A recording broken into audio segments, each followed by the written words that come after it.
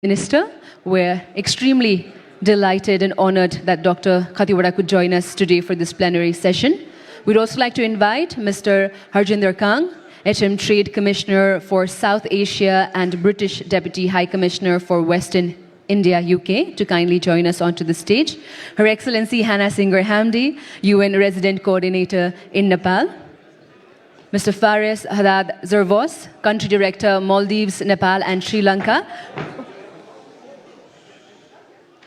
Please.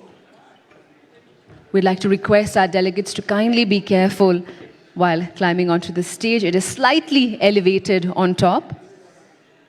May I please also invite Mr. Martin Holtman, Country Manager for Bangladesh, Bhutan and Nepal, IFC. Mr. Tidain Kinda, IMF Mission Chief for Nepal.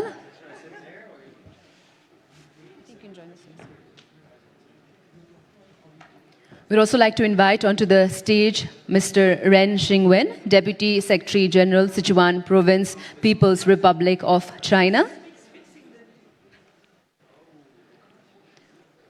We'd also like to invite onto the stage Dr. Rajiv Singh, Director General, Indian Chamber of Commerce.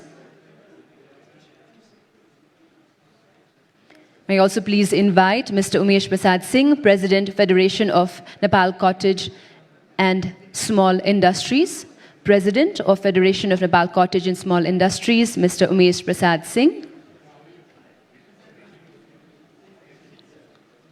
We'd also like to invite onto the stage Ms. Shobha Gewali, President of FWIN, Federation of Women Entrepreneurs Association of Nepal. And a big round of applause and thank you to our session chair, Honorable Minister of Finance, Government of Nepal, Barshaman Pun, for joining us as the session chair in the first plenary session of Nepal Investment Summit 2024. Honorable Ministers, Excellencies, the distinguished guests from the public and private sector, esteemed investors, ladies and gentlemen, it is with great honor and excitement that I, Sadiksha Shrestha, welcome you to the first plenary session of Nepal Investment Summit 2024. As we gather here today, we are privileged to host esteemed delegates from around the globe, united in our shared commitment to explore the vast investment opportunities that Nepal has to offer. From renewable energy projects to infrastructure initiatives, tourism ventures to agribusiness opportunities, Nepal presents a myriad of avenues for strategic investment and fruitful partnerships. Today, ladies and gentlemen, let's embark on this journey of exploration, innovation, and collaboration as we unlock the immense potential of Nepal's economy. Once again, a warm welcome to the first plenary session. And ladies and gentlemen, may I please now request our presenter, Mr. Rameshwar Khanal, former Secretary, Government of Nepal, for his insightful presentation.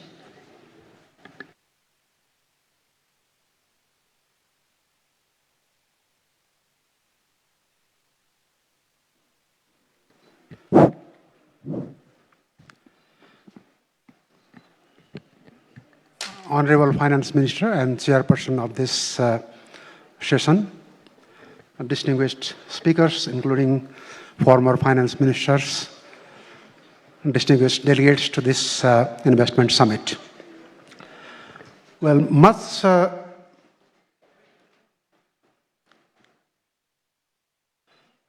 has been said on the investment potential in Nepal in the inaugural ceremony by different speakers. So I'll not repeat them. I will briefly discuss about the issues that are relevant to investment opportunities and harnessing investment opportunities. In terms of Nepal's geography, Nepal is surrounded by three sides, surrounded on three sides by India, and on one side by China. Nepal shares 1,690 kilometers of land border with India, and 1,236 kilometers of land border with China. The country is divided into 7 provinces and 77 districts and 753 municipalities.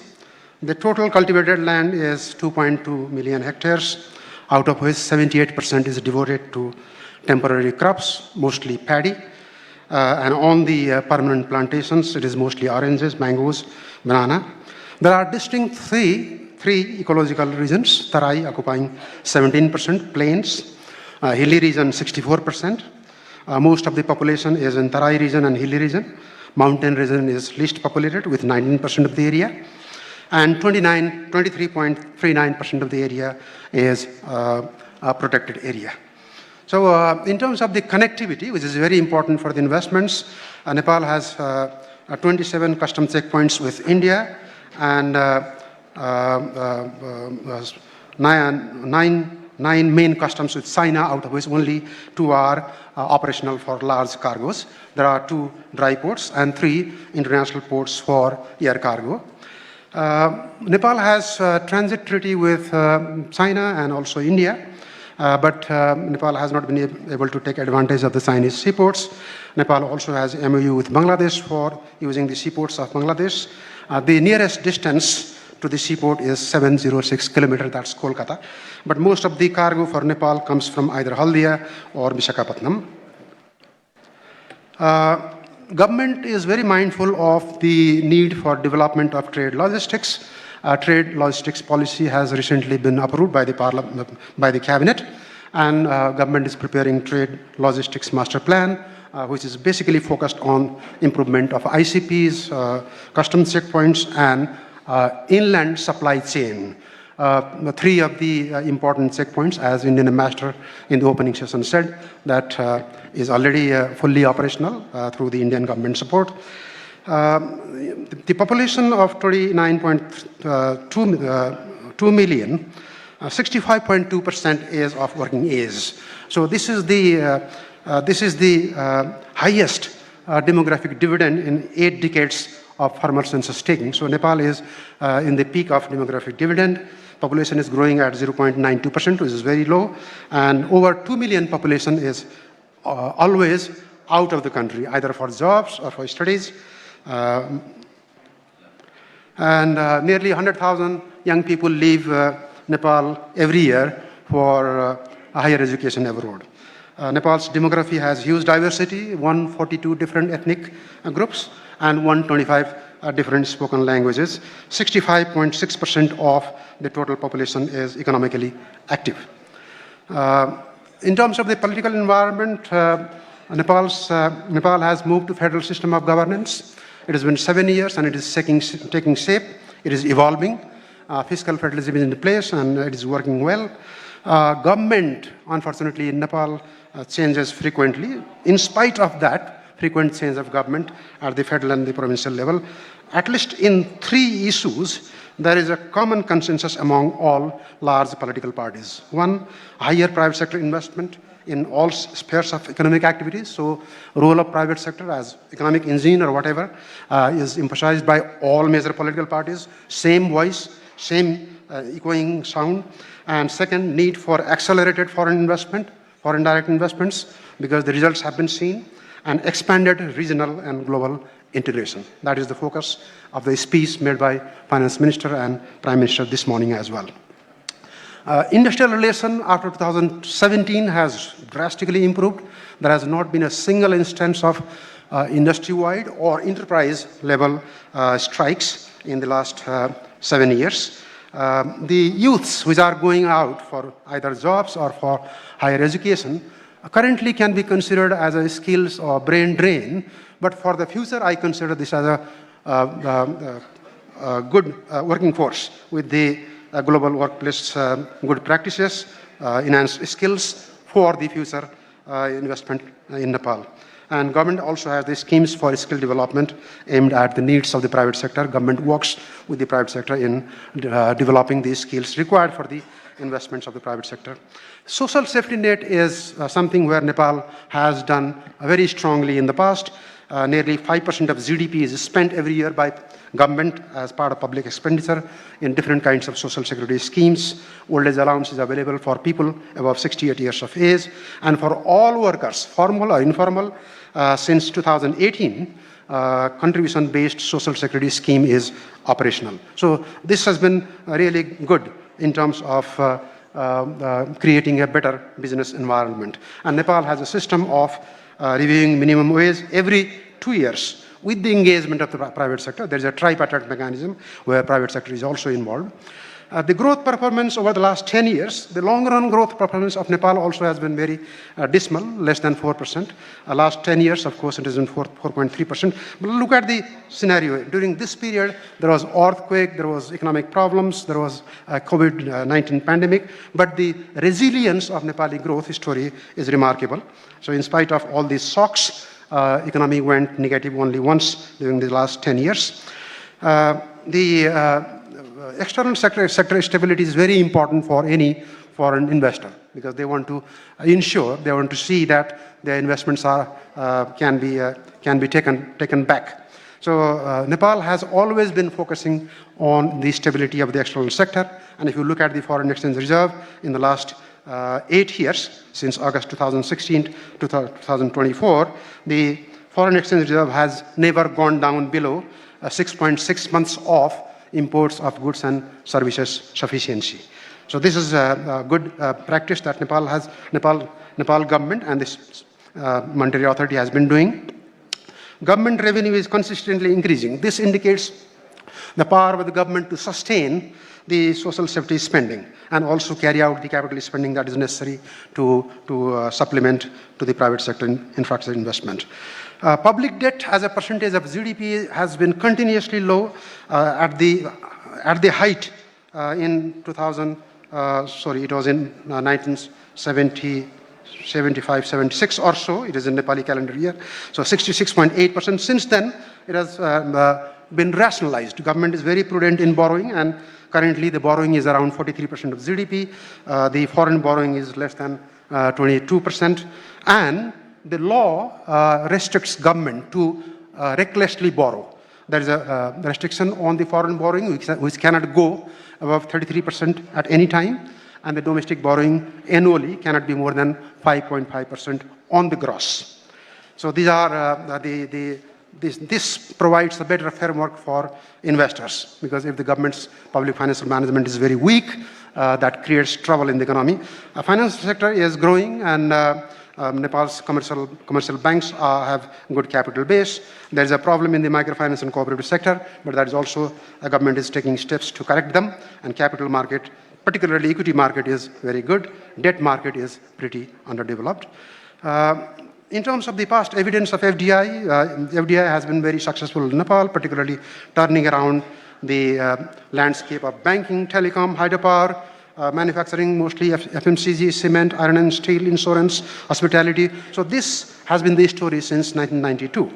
Many of the success stories will be shared with you in the next session. And more than the finance, technology transfer, and management culture transformation has prompted the domestic ventures as well to improvise. In the past 1 decade, Nepali private sector has been investing heavily in hydropower development, cement production, in tourism industries, FMCG products, woolen products, agro-processing. So these are the areas where Nepali industries see scope.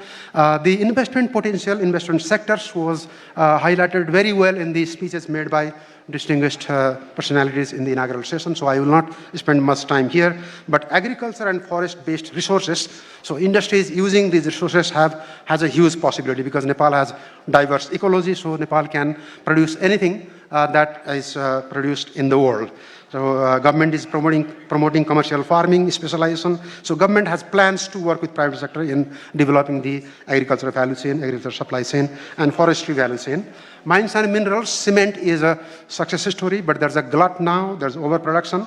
So more than cement, there are other minerals which can be explored, and mineral processing is another possibility. Iron processing is currently happening under the leadership of government. Energy, not only hydropower, currently about 18,000 megawatt of hydropower are in different stages of development. Some survey, some construction, some completed. So altogether, 3,000 plus megawatt is already under production, 9,600 megawatt currently under construction. But there is a prospect in solar and wind which has not been explored yet. There's a huge possibility. Nepal has sunrise all through the year. Manufacturing linked particularly to the value chain of South Asia and China. So Nepal has been constructing special economic zones along the Indian border and also in the north, which can be used for connecting to value chain industries in China and the South Asia. Hospitality industry, particularly the hotels and other tourism-related industries, is a huge possibility which has been highlighted by many speakers, so I will not dwell much. In the case of the education, in the past there was foreign direct investment, particularly medical education has a turnaround in Nepal because of the foreign direct investment. So in the future, I think the opportunity for investment in advanced technical education and advanced research could be a promising area. In banking and finance, the development of a commercial bank in Nepal is because of FDI initially, so which has made Nepal's commercial bank very robust. But in future, I think private equity funds, innovative financial institutions are a possibility where Nepal provides a scope. ICT, there's huge scope, which I don't need to emphasize. Health, specialty medical services, wellness services, and all those things, targeting particularly foreigners in tourist areas. And these are the areas in which you can look for opportunities. In terms of the policy institutions support system, I'll briefly discuss. Nepal grants national treatment to all foreign investors. There has not been a single instance of expropriation in the past, and government is committed to protecting the ownership, which Honorable PM also reiterated this morning. Repatriation does not have any restrictions. Government is mindful of some procedural delays. There are some delays, and constantly improvising to make repatriation hassle-free. Government also has a mechanism of a regular consultation with private sector. This summit itself is a collaboration with the private sector. Geopolitics is both an opportunity and challenge for Nepal, which can also definitely affect the foreign investors. In conclusion, I'd like to summarize that because of the commitment from the highest level of the government, consensus among all political parties on the need for accelerated foreign investments, availability of skilled labor and democratic advantage of Nepal, proximity to two large markets in the neighborhood, strong domestic source of energy, and a variety of natural resources, Nepal is a good investment destination. Examine the opportunities and make the decision. Thank you. Thank you very much, Mr. Khanal, for the bird's eye view on Nepal's current economy and the potential it possesses. I would now like to invite Honorable Dr. Prakash Sharma, former Finance Minister and Member of Parliament, for his perspective on navigating opportunities within our dynamic economic framework.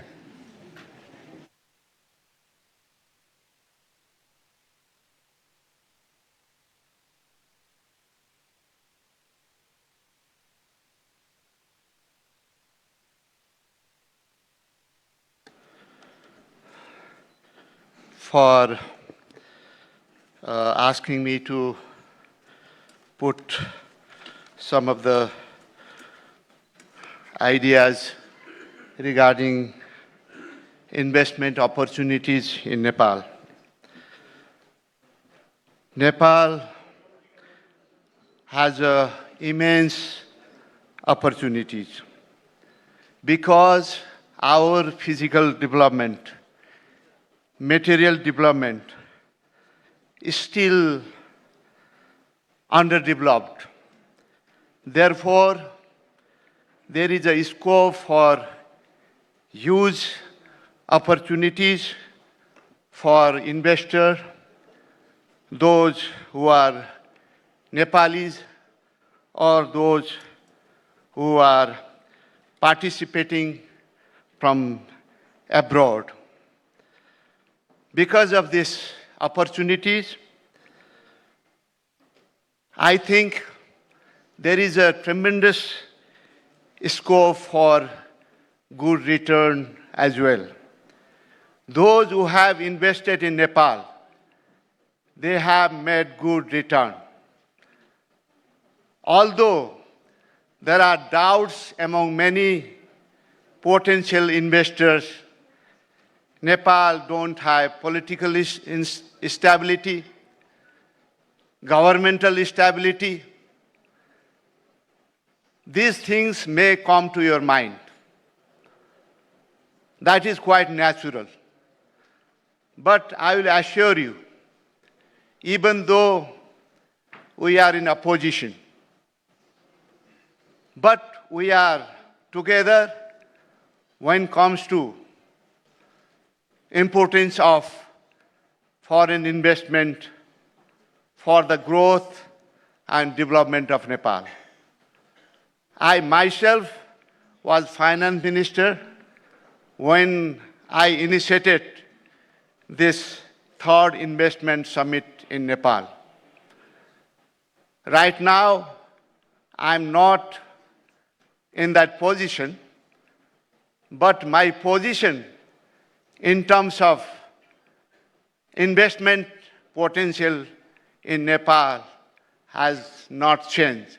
It is same because potential is there, untapped potential is there.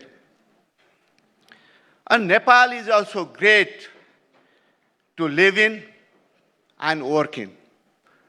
I have seen people, whether at the diplomatic level or those who are working through multilateral agencies, they want to repeat, they want to stay longer because Nepal and Nepali people are very friendly people. And even though we have huge diversity in terms of language, in terms of topography, in terms of wildlife, in terms of flora and fauna, but we are united with a purpose. We may have political differences. We had insurgency that was based on political lines. But we live in harmony. We have varied cultural and religious background, languages background, but we never quarrel over it. So this is the best place to be in.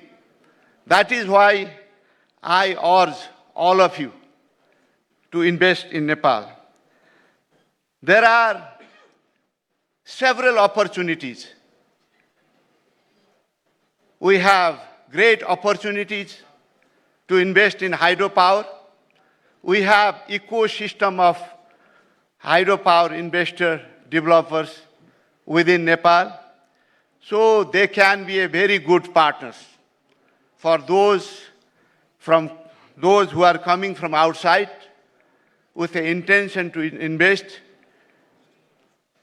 The local investor can navigate you. We have all the laws in place. Since 1990, when we had a democratic changes and Nepali Congress Party was in government, it initiated series of reform, liberal economic policy, and several laws and bylaws which is up to a standard, international standard, came into existence. But later on, because of the insurgency and political instability, the first phase of investment based on those laws could not continue. But now we have political stability in terms of constitution, in terms of laws. We have same opinion whether we are in government or outside in terms of inviting investors to invest in Nepal. And lately, when I became finance minister, we initiated second series of economic reforms to make it more attractive for investment. We are working towards tax reforms. High-level tax reform commission has already submitted report. I believe that present government will follow their recommendation. At the same time, we have initiated several changes in laws to make it more, more investment friendly. I think that is also going to be passed very soon by the parliament. So that was actually done with the participation of Nepali private sector. So they also endorse those legal reform that is required to bring more investment, whether from abroad or from inside Nepal. So what I'm trying to say is there is a tremendous opportunities that lays ahead, and we urge you to take those opportunities.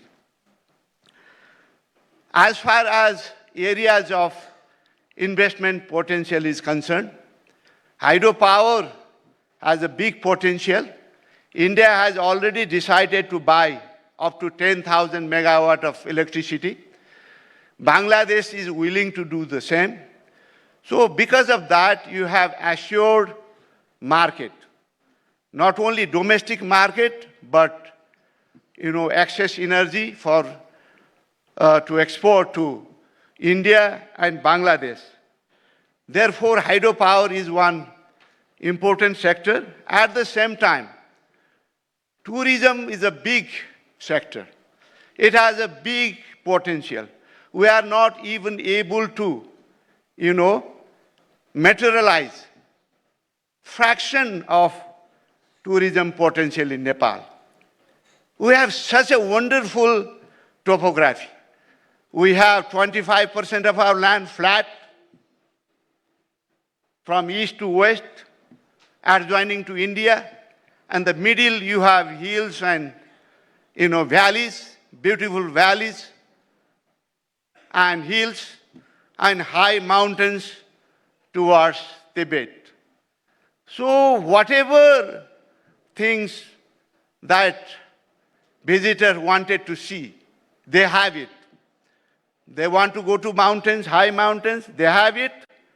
They want to explore, they want to trek in the middle heat, they have it. They want to have a cold temperature, they have it. They want to have a hot or mild temperature, they have it.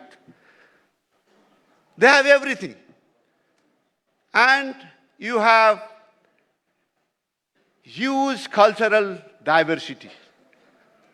So you can move from one part of Nepal to another part, you'll have a different kind of food, different kind of dresses, different kind of looks. Sometimes you may find, is this Nepali? Yes, of course. We have all kind of looks and all the different cultures, so to explore. And we have wildlife. People often think it's high mountain countries. How come rhinos and tigers? We have it.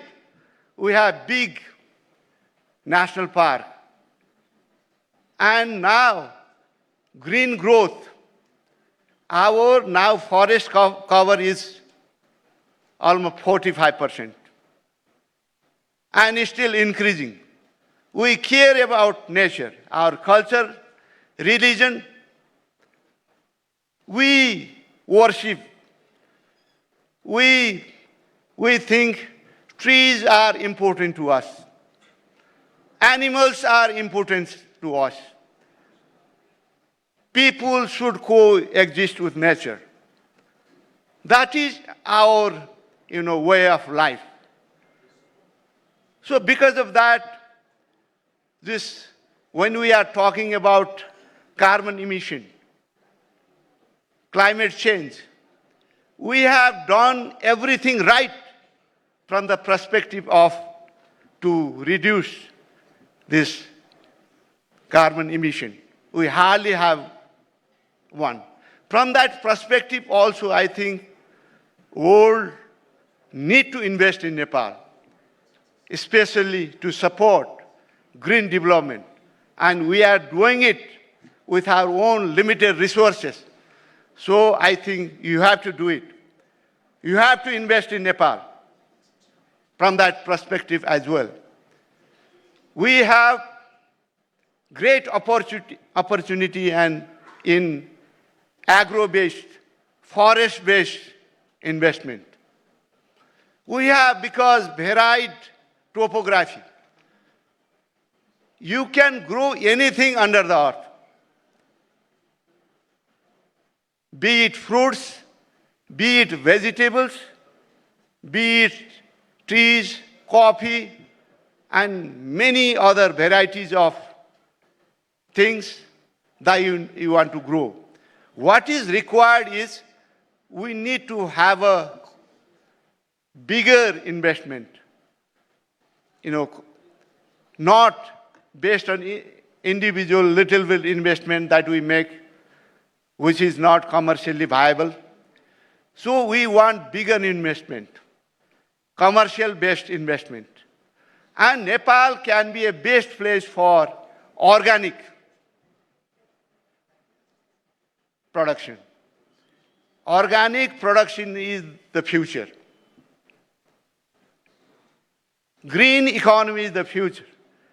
So organic production, from that perspective also Nepal can be a hub. Those who are looking to invest in agri-based industries, agriculture production based on new technology, you are welcome to invest in Nepal, and Nepal is the best place to invest. Another important sector I see is IT. Nepali are now everywhere. They are doing good wherever they go. They are looking for opportunities right here in Nepal. They have all the talents, all the education, but they want to use that talent, skills right here in Nepal. And with your investment in IT sector, after COVID, what our youth had done, because they see they can't do anything, they cannot go out. So they started exploring using their computers. Now it is the fastest growing sector in Nepal, IT sector. Therefore, in my last budget, I gave 50% less taxes on IT, those who work in IT, those who invest in IT. You don't even need minimum, required capital, whether foreigner or local, to invest in IT sector. Now we are exporting close to,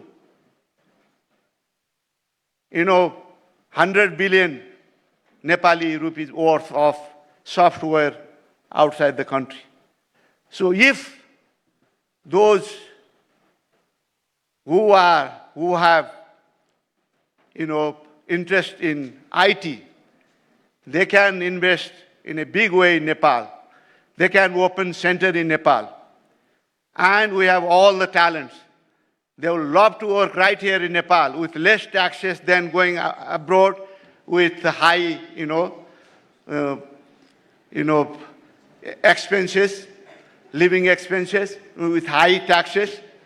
Rather, they would work right here if that kind of opportunity can be extended. Therefore, all these opportunities are there, but this fourth sector is not only, there are other opportunities also. There are huge opportunities lying in manufacturing sector also, because still we have in a lot of areas, we are not self-sufficient. You don't have to look outside to export. You can, you can produce and Nepali will buy. Because in a lot of area, still we are not self-sufficient. So in many areas, in manufacturing areas also, you can invest in Nepal. Therefore, at the end, what I will urge present government is, we are for investment, whether from Nepali diaspora or Nepali or foreigner, we will support it. We urge government to make sure that whatever policy that we have initiated, don't deviate from that. I believe they can't afford to deviate from those policies. So, liberal investment climate, liberal investment laws is the only way to go forward. That is how we can grow.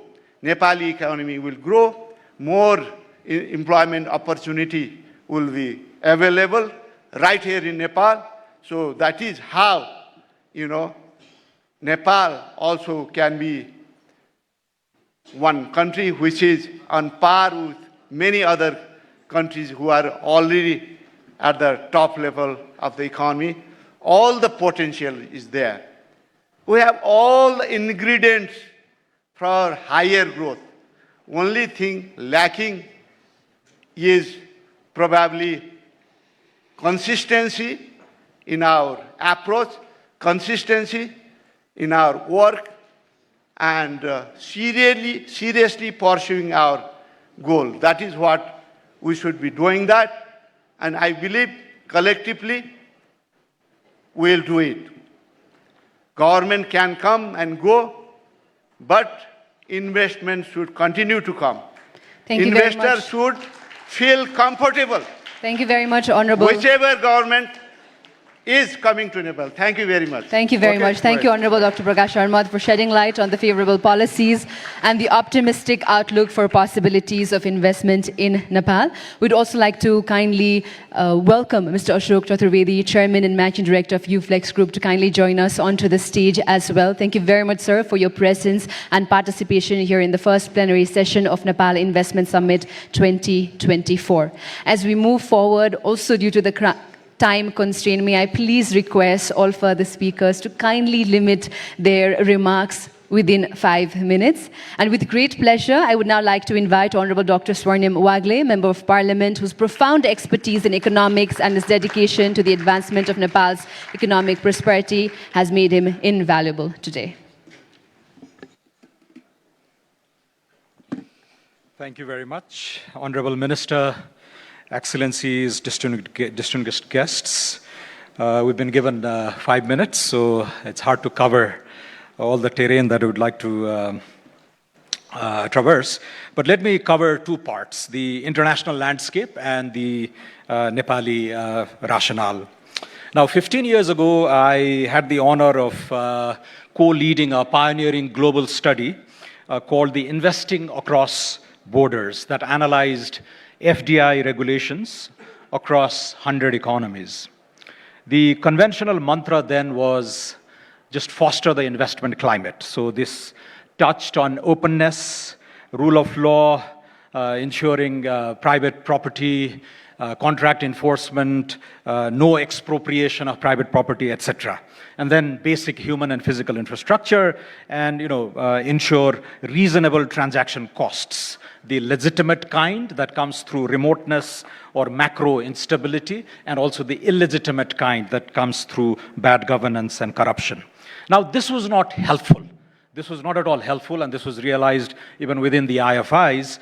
And because the logical lesson of all this was to attract more investment, you need to be like a country that already attracts a lot of investment. So from a policymaker's perspective, this was not helpful. So this led to a more second-best kind of analysis where we dive deep into FDI-specific regulations. And this is where we came up with a universal corpus of policy concern. So this involved, how open are you to foreign equity participation in sectors like light manufacturing, which was almost 100% open in almost all countries, tourism, banking, insurance, and then there was a whole continuum leading to more illiberal sectors, including the media and even transportation, particularly aviation sectors. So foreign equity openness was paramount. Then came regulations to setting up foreign subsidiaries. So this is like the foreign counterpart to what we're all familiar with in the form of the doing business indicators that tracked procedures and number of days that it took to formalize a domestic entity within the borders, right? And also leasing of industrial land, etc. The third, perhaps very important topic was often under-discussed, was arbitration of commercial disputes. Is there a special statute for commercial arbitration? How long does it take to enforce an arbitration award? So this is of paramount concern to many foreign investors. The fourth was converting and transferring currency. So this was very important. And finally, recruitment of skilled expatriates. In Nepal, one hears that this remains a big issue. But all this, FDI-specific regulations is still not enough. It is necessary, but not sufficient. So this is where country attributes come into the picture. So if you are India, if you are China, if you are Brazil, if you are South Africa, you can afford to get away with deep, meaningful reforms because you compensate that with a large domestic market. But if you are a Nepal or a Singapore or a Poland or a Jordan, then you need to marry these reforms with country-specific attributes. So this is where the labor quality, the market size, growth potentials, your strategic location, and other links. So it could be contiguity with larger markets, it could be colonial ties, it could be common language, it could be currency, it could be diasporic engagements, etc. So against this backdrop of what we know in the academic and the policy literature, where does Nepal stand? I think we have 3 Ds to offer. The first one is demography. We're the oldest nation state in South Asia, but the youngest country in the region, with the median age being 25, a young, trainable labor force, tens of millions of whom are now abroad. But they can be tempted back if we get the economy going and investment going, and if they can be sufficiently incentivized. So demography, I think, is a big draw. Second is distance, our proximity to both India and China, and the new geopolitical imperatives that Rameswarji touched on, I think, is very important. And with this comes the issue of, how big a pie are we talking about? The quantum of finance, the source of investment, and the markets that we're talking about. Now, there's a striking statistics when it comes to FDI flows. In the year 2000, the first peak in the current era of, the latest era of globalization, FDI inflows peaked at about $1.4 trillion globally. But the share of developing countries, including India and China at the time, was roughly $220 billion. Now, we reached a high of about $2 trillion in FDI inflows in 2015. Just before the global financial crisis, it was 1.9 trillion. And after COVID, this has dipped to about the same level that it had reached 22 years ago. So that's $1.4 trillion. But now, the share of developing countries in that overall global pie is almost $1 trillion. So the financial landscape has also evolved. So this is the second D, the quantum of finance, source of investment, and markets, allied with the fact that we share contiguous borders with both these large economies. Third is decarbonization. Now, the mantra here has been, all paths to net zero. And this was put memorably by a columnist in the New York Times, that we need to make electricity clean. We need to produce much more clean electricity, and we need to make almost everything run on clean electricity. This is it. This is the simplest of mantras leading to net zero paths. And here, I think Nepal is very well placed, as has been highlighted already by previous speakers. Now, what areas to look into? There's the domestic wing and there's the foreign arm. Within the internal realm, I think the pace of urbanization, the growth of our cities, the massive internal and external migration, and the critical financing deficit in infrastructure, the logistics policy was mentioned. There's so much to be done within the Nepali borders.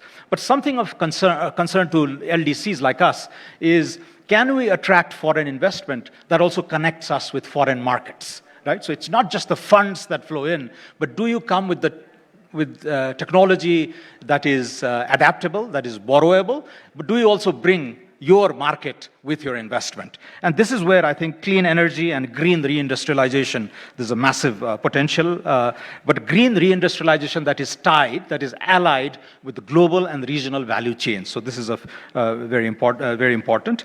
Second, products that can be branded with the Nepali brand. So this is high-value agriculture.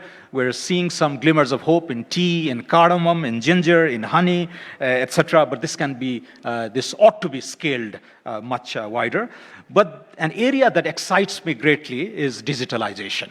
As a landlocked country, all the other shipping-dependent trade really penalized us. This is one area which negates those traditional handicaps for us. And I'm a pro bono chairman of an institute that led a landmark study a year ago on quantifying how many freelance digitalization workers are active in Nepal and what is the aggregate inflow of foreign earnings through these activities. And it's massive. It's almost, even a most conservative estimate is that it's half of official merchandise exports right now, but many colleagues in the industry tell us that it's actually 3 times larger than that. So just in 2020, 67,000 young freelancers brought in over $300 million. There are tech companies crossing the chasm from service to product now. And there's amazing fintech entrepreneurs active right here in Kathmandu. Recently, one of our friends launched the world's first borderless neobank connecting the United States and Nepal.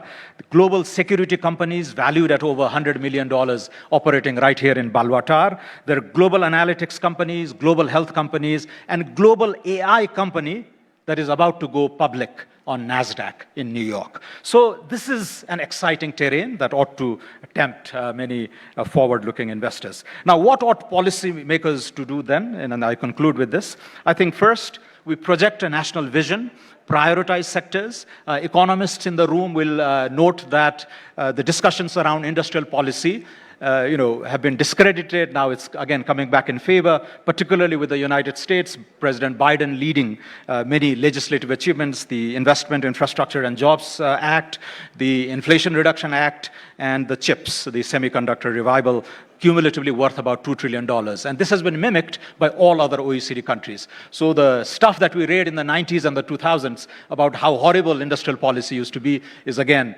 gaining favor. This is where countries like Nepal would also, with the understanding of our major donor partners, to also really focus on targeted sectors to overcome market and coordination failures. Second is this need to signal to investors constantly. This is a never-ending process, and this is where I welcome and I commend the Minister of Finance for issuing new amendments to the Industrial Enterprises Act, to the Foreign Investment Act, to the Special Economic Zones Act, to the E-Commerce Act, to the Civil Aviation Act, forests, land acquisition, parks, and environment. But the trouble in Nepal is how we execute this, and I hope we would be able to show improvements there. And finally, when it comes to foreign investment, nothing beats that pioneer, that anchor investor who comes in and really leads the way for others to follow. So I'm talking about Intel in Costa Rica, Intel in Vietnam, that really led the way for 200 other firms.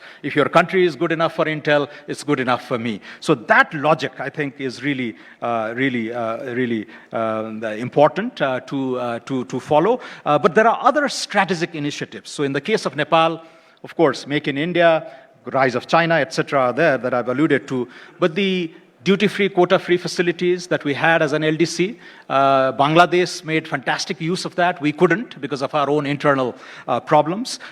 Given the transition periods, etc., there's a generous period that we can take advantage of, but sequel to LDC graduation, there are country-specific trade and investment treaties that we need to work on with the EU, with the US, ASEAN, Japan, Korea, etc. But it's that kind of country-to-country specific ties, and investors attracted and tempted from those particular markets that will do the trick when it comes to anchor investment. So let me stop here. Thank you.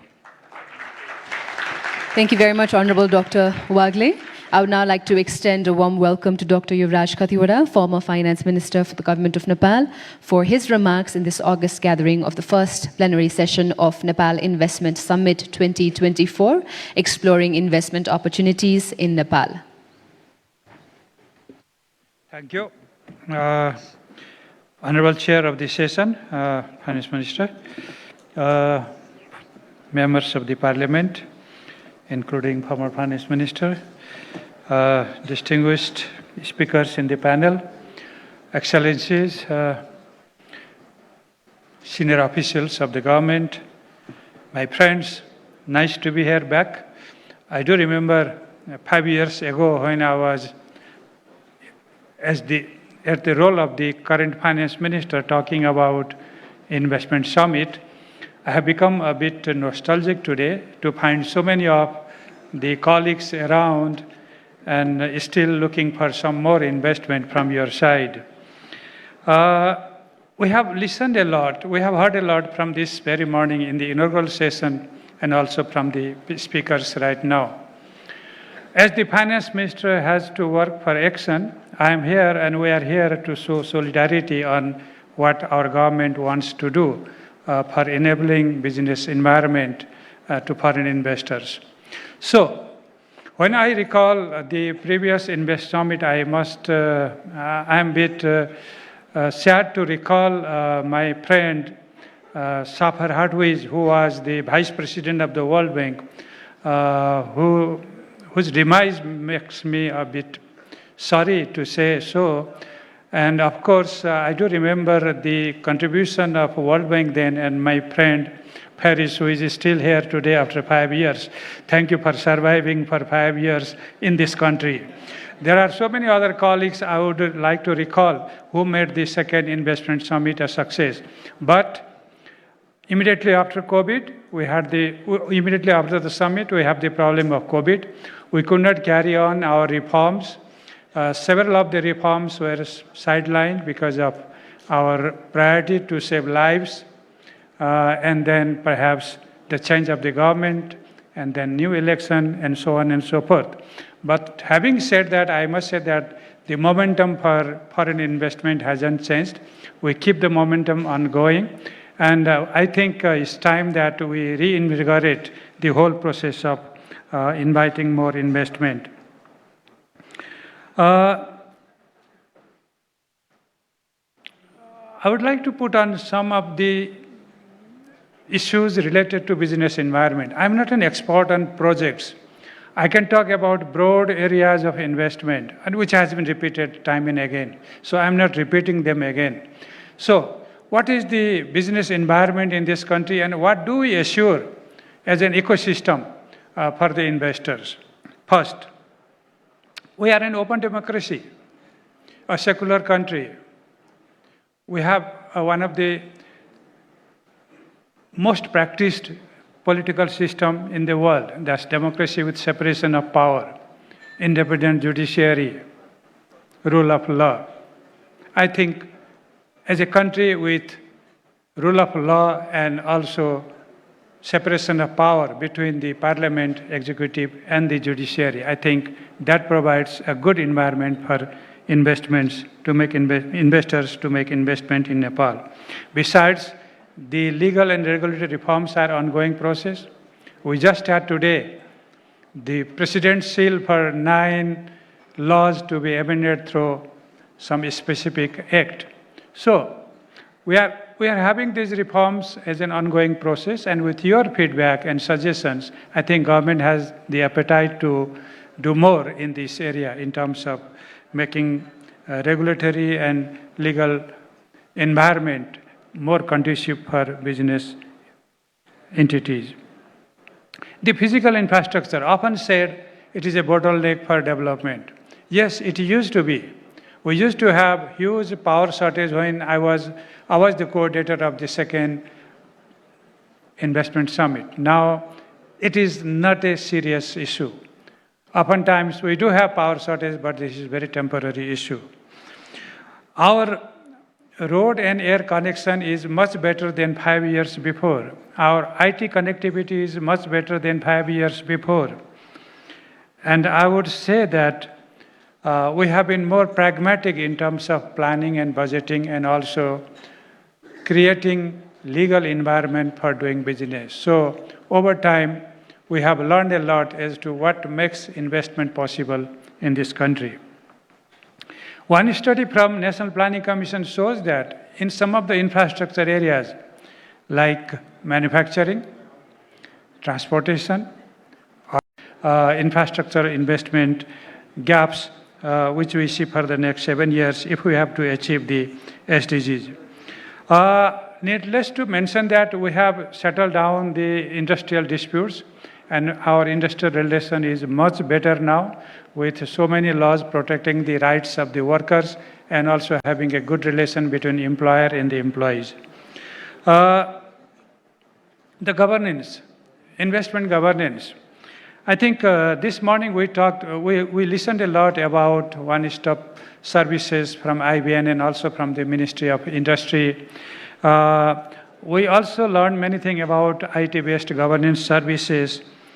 And I would add some more things into that is related to our accounting and auditing standards, which are IFRS-based system. And then I think we can make our balance sheet compatible with the global accounting and auditing standards. That's one way to think about making business in Nepal globally compatible. And we are strictly following the global norms of social and environmental safeguards. So it's not a country that you can do anything. There are norms, there are standards, there are codes, and there are legal provisions to see that the social and environmental safeguards are in place. This is basically with the help of our multilateral agencies that we have been able to put many things in place. Nepal's taxation system, also heard this morning. This is one of the scientific taxation systems in the world. The value-added tax is in good shape. The income tax and others. We have left little room for discretion in our tax system. It is rule-based. Except for some of the minor hitches in our tax system, there is not much issue left in our tax system. If there are any issues, we have dispute settlement mechanism in taxation through institutional and legal mechanism. We have also done several agreements in terms of dual taxation avoidance treaty. Nepal is also intending to do more kind of agreements on BIPA, that is Bilateral Investment Protection Agreement. I hope our finance minister will take up some more such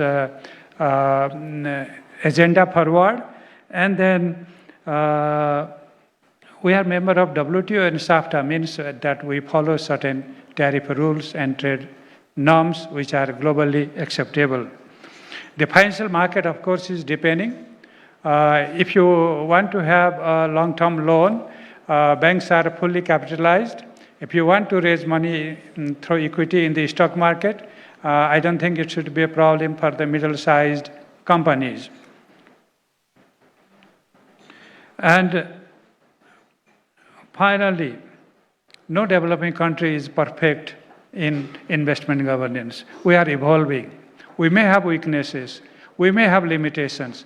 But investment summits like this, they pave way as to what government should be doing further and what are the areas of further improvement to attract more investment in this country. So this summit must be successful in terms of getting feedback from your side, exploring new areas of investment, and making the government to work even harder to ease the environment of doing business in this country. I extend my best wishes for the success of this summit. Thank you. Thank you very much. Thank you very much, Dr. Khatiwada, for emphasizing the crucial role that Nepal Investment Summit has and for highlighting the positive aspects of the business environment in Nepal. May I please now request Mr. Harjinder Kang, HM Trade Commissioner for South Asia and British Deputy High Commissioner for Western India, UK, for his remarks in this first plenary session of Nepal Investment Summit 2024.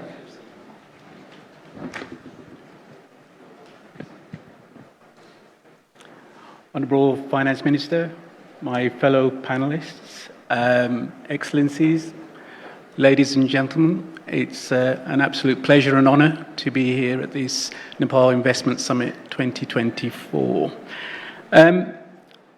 It's absolutely wonderful to see what's happening here.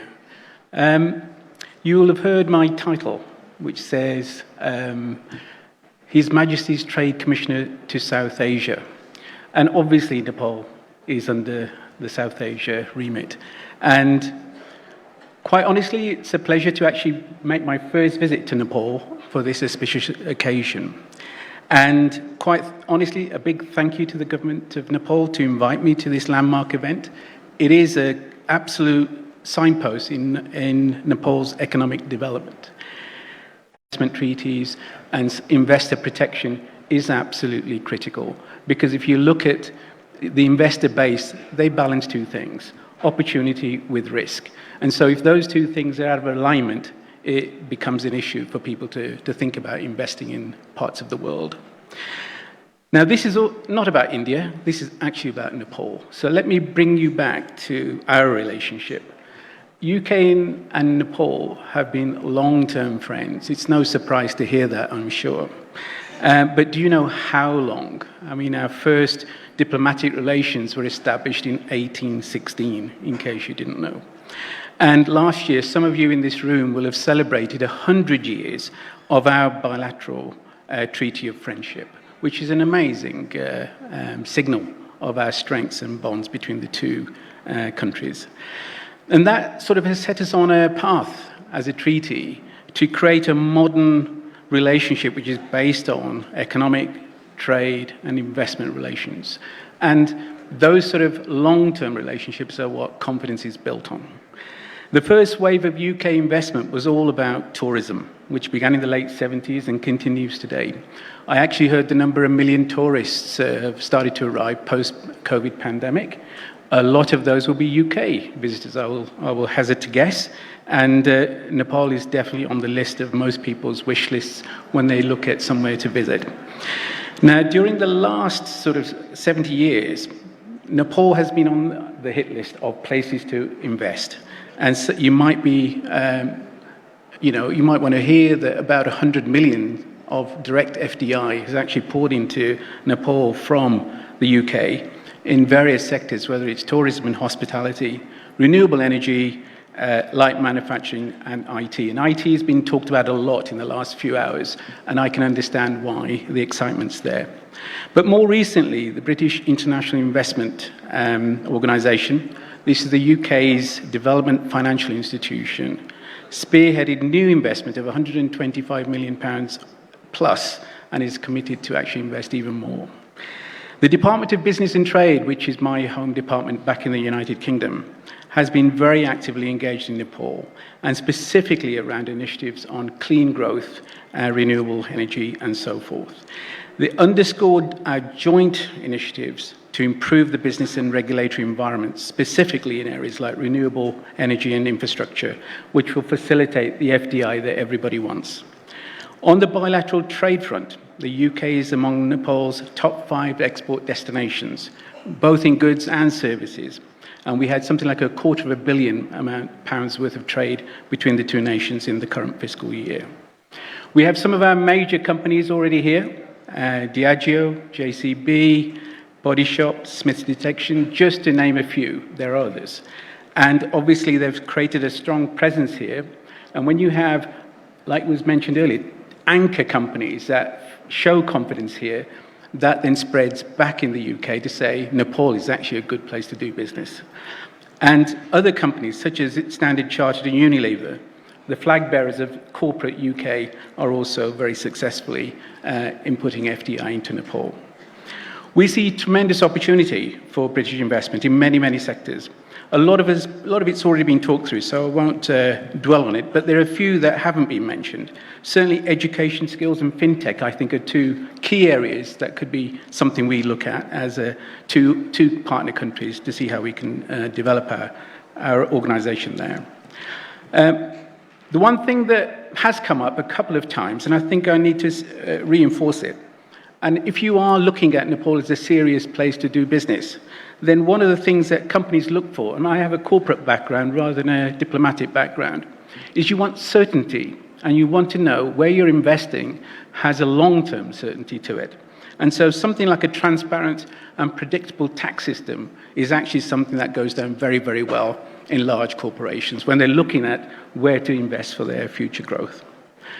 Last year, you will have remembered, we had an investment conference, a London investment conference, which was organised by the Nepalese embassy. And during that conference, our UK Minister, Minister Trevelyan, who you saw earlier, identified the importance of FDI for economic growth, along with the Finance Minister of Nepal. And they looked at, hydro as an opportunity, IT as an opportunity, just as has been mentioned along the way. Now, the UK plays a consistent role in underpinning the Nepalese economy. We support it in many, many ways, including infrastructure through multilateral and bilateral channels. We do it through the British people, and we do it through the tourism that they generate, which has now come back to post-pre-COVID levels. And I'll end with a few positive notes that you need to be aware of too. We are on the roof of the world in Nepal. You just showed me it was all about mountains, and we are at an altitude here. But that basically says that the sky's the limit. We have so much headroom to do things. And one of the things that we have as an offering is that there's a UK export finance capability, which is our export credit agency. There is a 2 billion market capacity that they offer, so that in all the large projects like sustainable finance, green projects, etc., they are all available for this credit agency. Their priority sectors, specifically in Nepal, agriculture, renewable energy, healthcare, transport infrastructure, airports and power. All the things that you're wanting to talk about during this conference. So they can provide up to 95% of financing for sovereign-led projects, which can also be supported through private entities. But the minimum sort of size is £2 to £3 million per project upwards. So effectively, a superb opportunity for investors to look at credit reference agencies to support. Since I've invoked the Himalayas, let me end by putting on my trekking boots and to say the UK is Nepal's oldest travelling companion. We will accompany you, whichever route you take, but we are delighted that this summit will be actually signalling a faster route to development and prosperity. So onwards and upwards, lead on. Have a wonderful conference. Thank you very much, Mr. Kang. Ladies and gentlemen, it is now my pleasure to invite Mr. Faris Hadadzervos, Country Director, Maldives, Nepal and Sri Lanka at the World Bank Group, which has also been a long champion in facilitating investment and economic growth in Nepal. Namaste, everyone. Thank you very much. It's a pleasure to be here today with you. I want to start by first responding to my dear friend, His Excellency, the ex-Minister of Finance, Dr. Yubaraj Katiwada. And indeed, I recall it was actually working together with our development partners a few years ago that we had the first investment summit. And it's great to be here at the third investment summit and to take stock of the Delta and where we've done that. And Dr. Yubaraj, it actually wasn't 5 years, it was 6.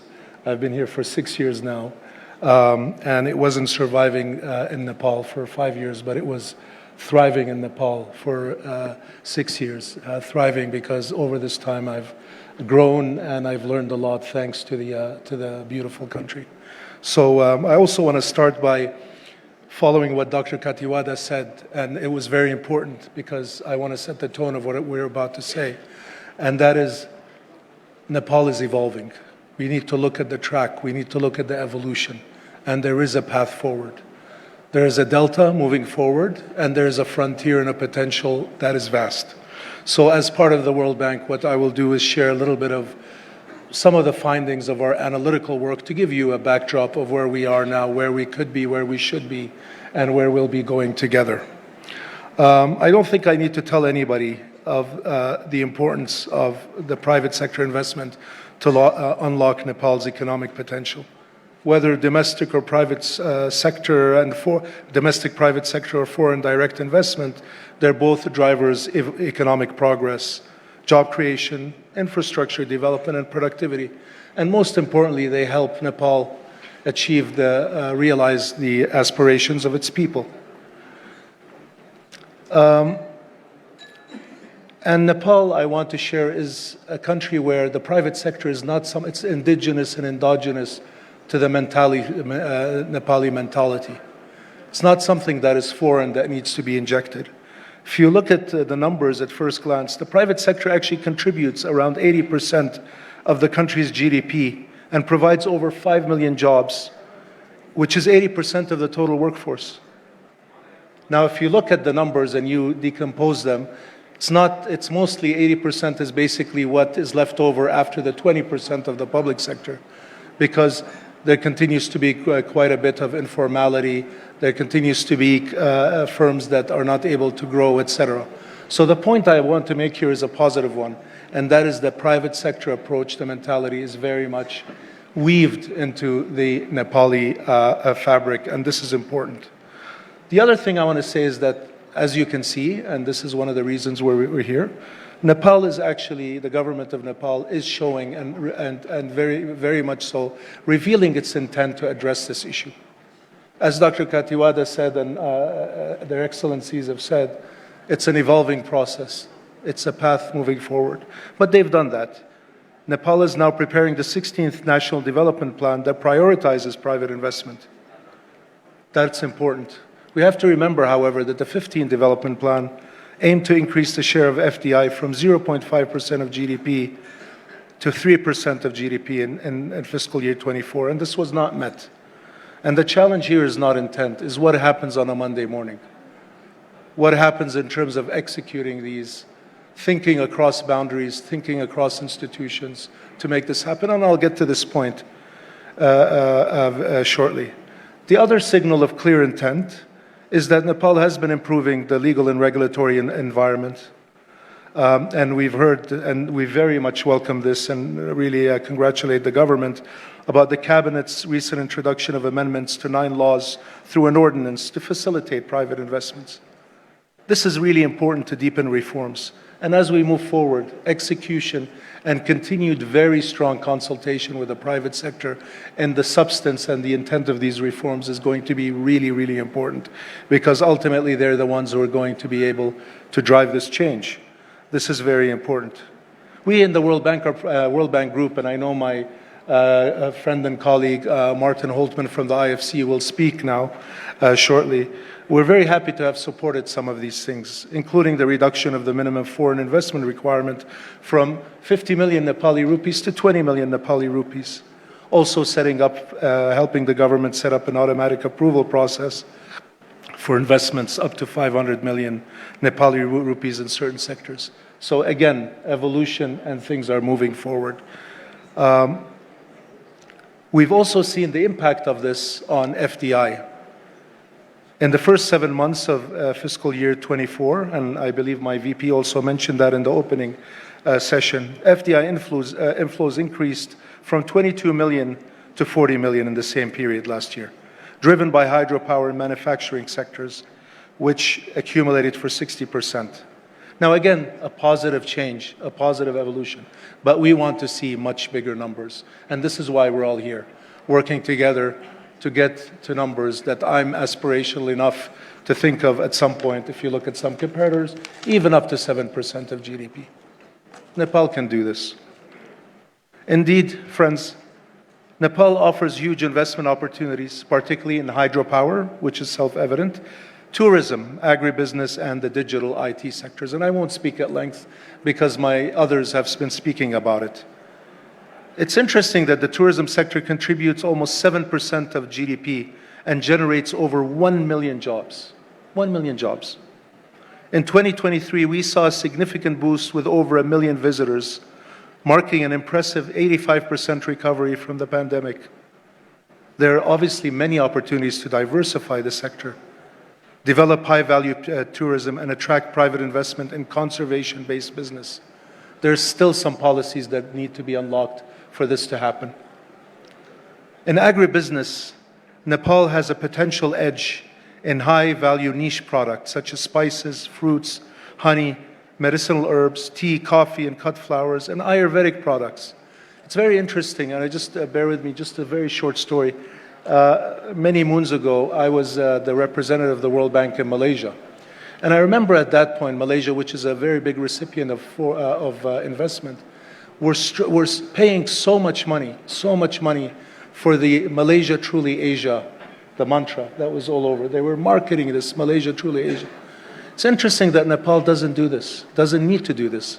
When you talk about Nepal, immediately people associate it with Everest, the birthplace of the Lord Buddha, magical monasteries. It almost seems to mop up the imagination about the region without having to advertise. Is it not time to take advantage of it? This is a branding that happens. And I think we need to take advantage of it because economies of scale are such that to compete on just a product with huge economies on either side will not be feasible. But the Nepal name is the biggest export, and we need to focus on that. And digital, of course, offers growth potential and productivity. Nepal's IT services export generated over 500 million in revenues, 70,000 jobs, and 1.4% of GDP. So you can see the vast potential here. Now, friends, I'll conclude very shortly, and thank you for listening. What we need here is, in addition to everything that was said, we need to look at this as a narrative. We need to look at it as part of a string, not just specific transaction. We need to look at this in terms of a comprehensive national investment framework that enables public-private partnerships, PPPs, creates a conducive environment for businesses, and creates platforms for dialogue with all sides. A lot of things are happening in Nepal. We need to bring them together. And this is where the challenge is as we move forward. The national investment framework should cover domestic and foreign investment, specify investment needs and targets, and translate these into specific strategies across priority sectors. And I'm very happy that we, with our development partners, have started dialogue with the government on this. Last but not least, a private sector investment in infrastructure, apart from the hydro sector, which we've talked about, urban and the real sectors like tourism and agribusiness, are still relatively limited in Nepal. And this is an area where government of Nepal can identify and leverage PPP investments and opportunities. This is an area we'll be happy to work with you on. And again, in conclusion, I want to thank His Excellency, Minister of Finance, their Excellencies, all our partners, and all of you for engaging with the World Bank Group. We're very happy to have been trusted partners, and I'm honored to say we have been trusted partners to the people and governments of Nepal, and we look forward to continuing to do so. Thank you very much. Thank you, Mr. Faris, for your kind remarks, and we definitely hope that the investments that come to Nepal also see the same growth and thrive as well. Ladies and gentlemen, it is now my pleasure to invite Her Excellency Hannah Singh Hamdi, UN Resident Coordinator in Nepal, to share her remarks, which are certain to shed light on the collaborative efforts between Nepal and the UN in harnessing investment opportunities in Nepal. Honorable Finance Minister, former finance ministers, fellow panelists, distinguished delegates, namaste to all of you, and a wonderful afternoon to all of you. I'm sure you're all very hungry now, so we'll try to focus very quickly. So, dear delegates, I think between the presentations of this morning and today, everything has been covered. So allow me to leave you with 3 points, or as we call it, the 3 Ps: people, planet, and partnership for peace and prosperity. That is what the member states have committed to through the 2030 Agenda for Sustainable Development. And these 3 Ps, I believe, provide immense opportunities for the investment in Nepal. First, always the people. Nepal has a very young population. About 41% of Nepalis are between the ages of 16 and 40.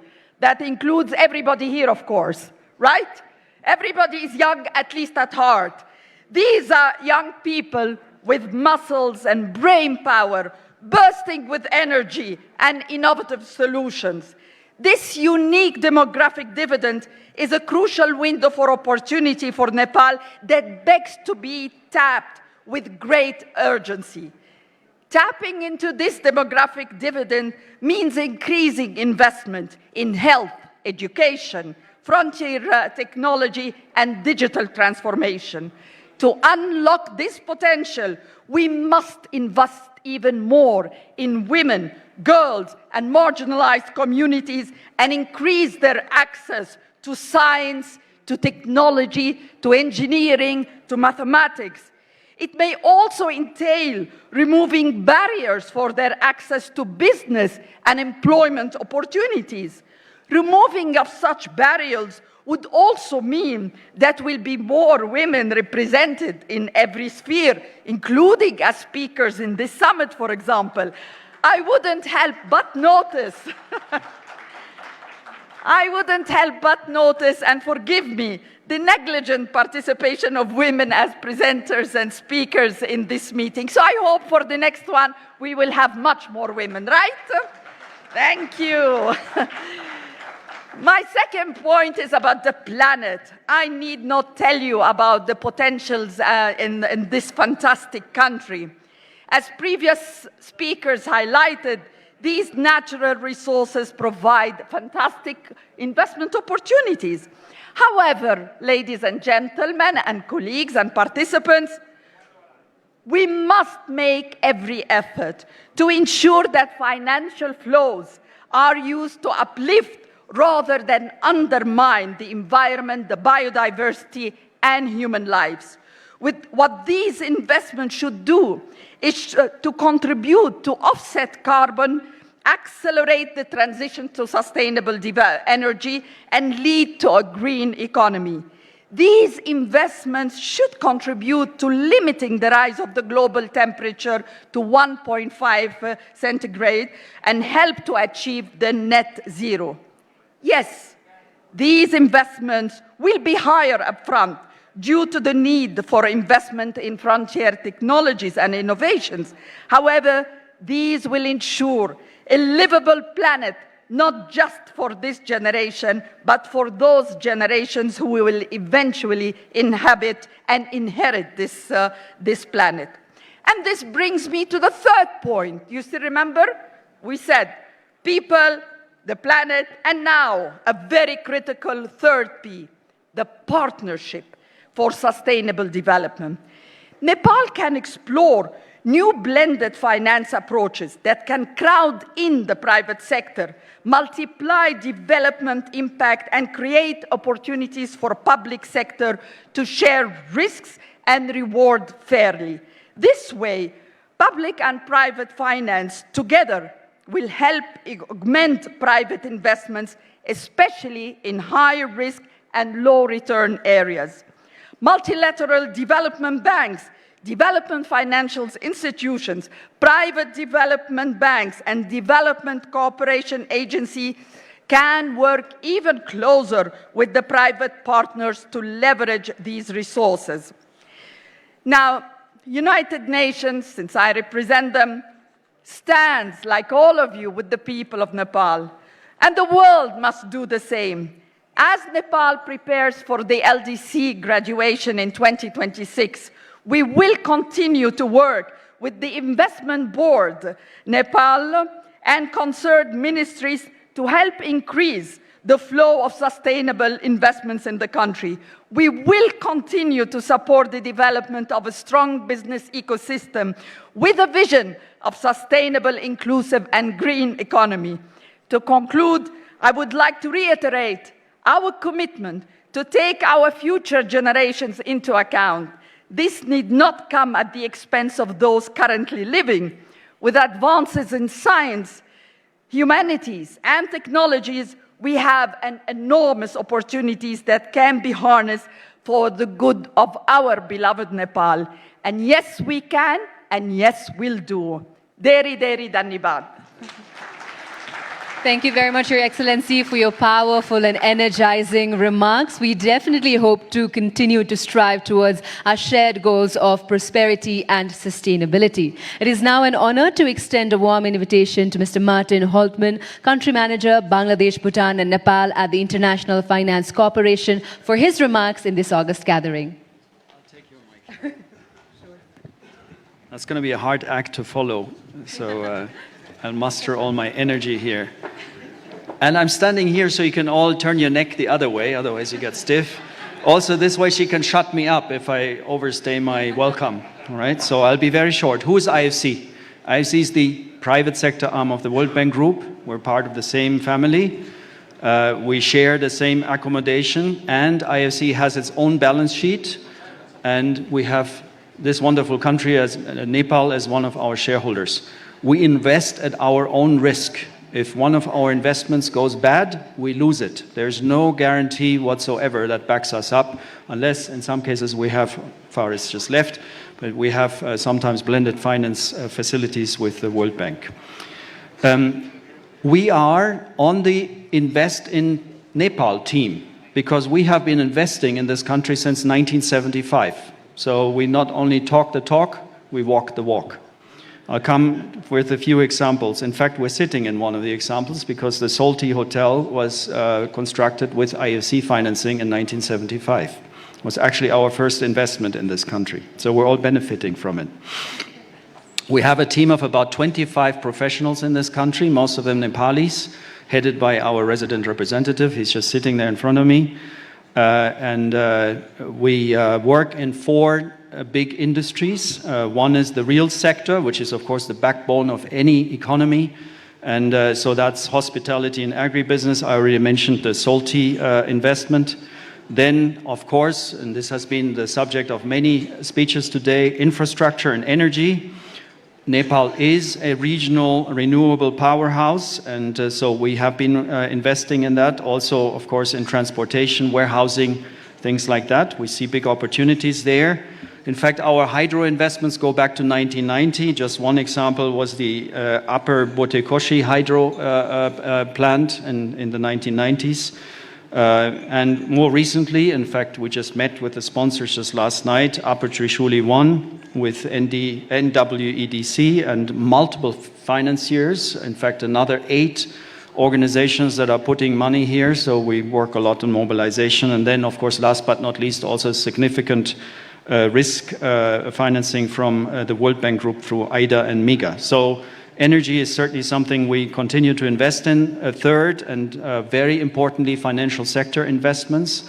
I think Nepal has a proud history of making finance accessible to micro, small and medium enterprises, of which there are hundreds of thousands in this country. That's where the majority of jobs are in most economies. 85% of the jobs are in the MSME space.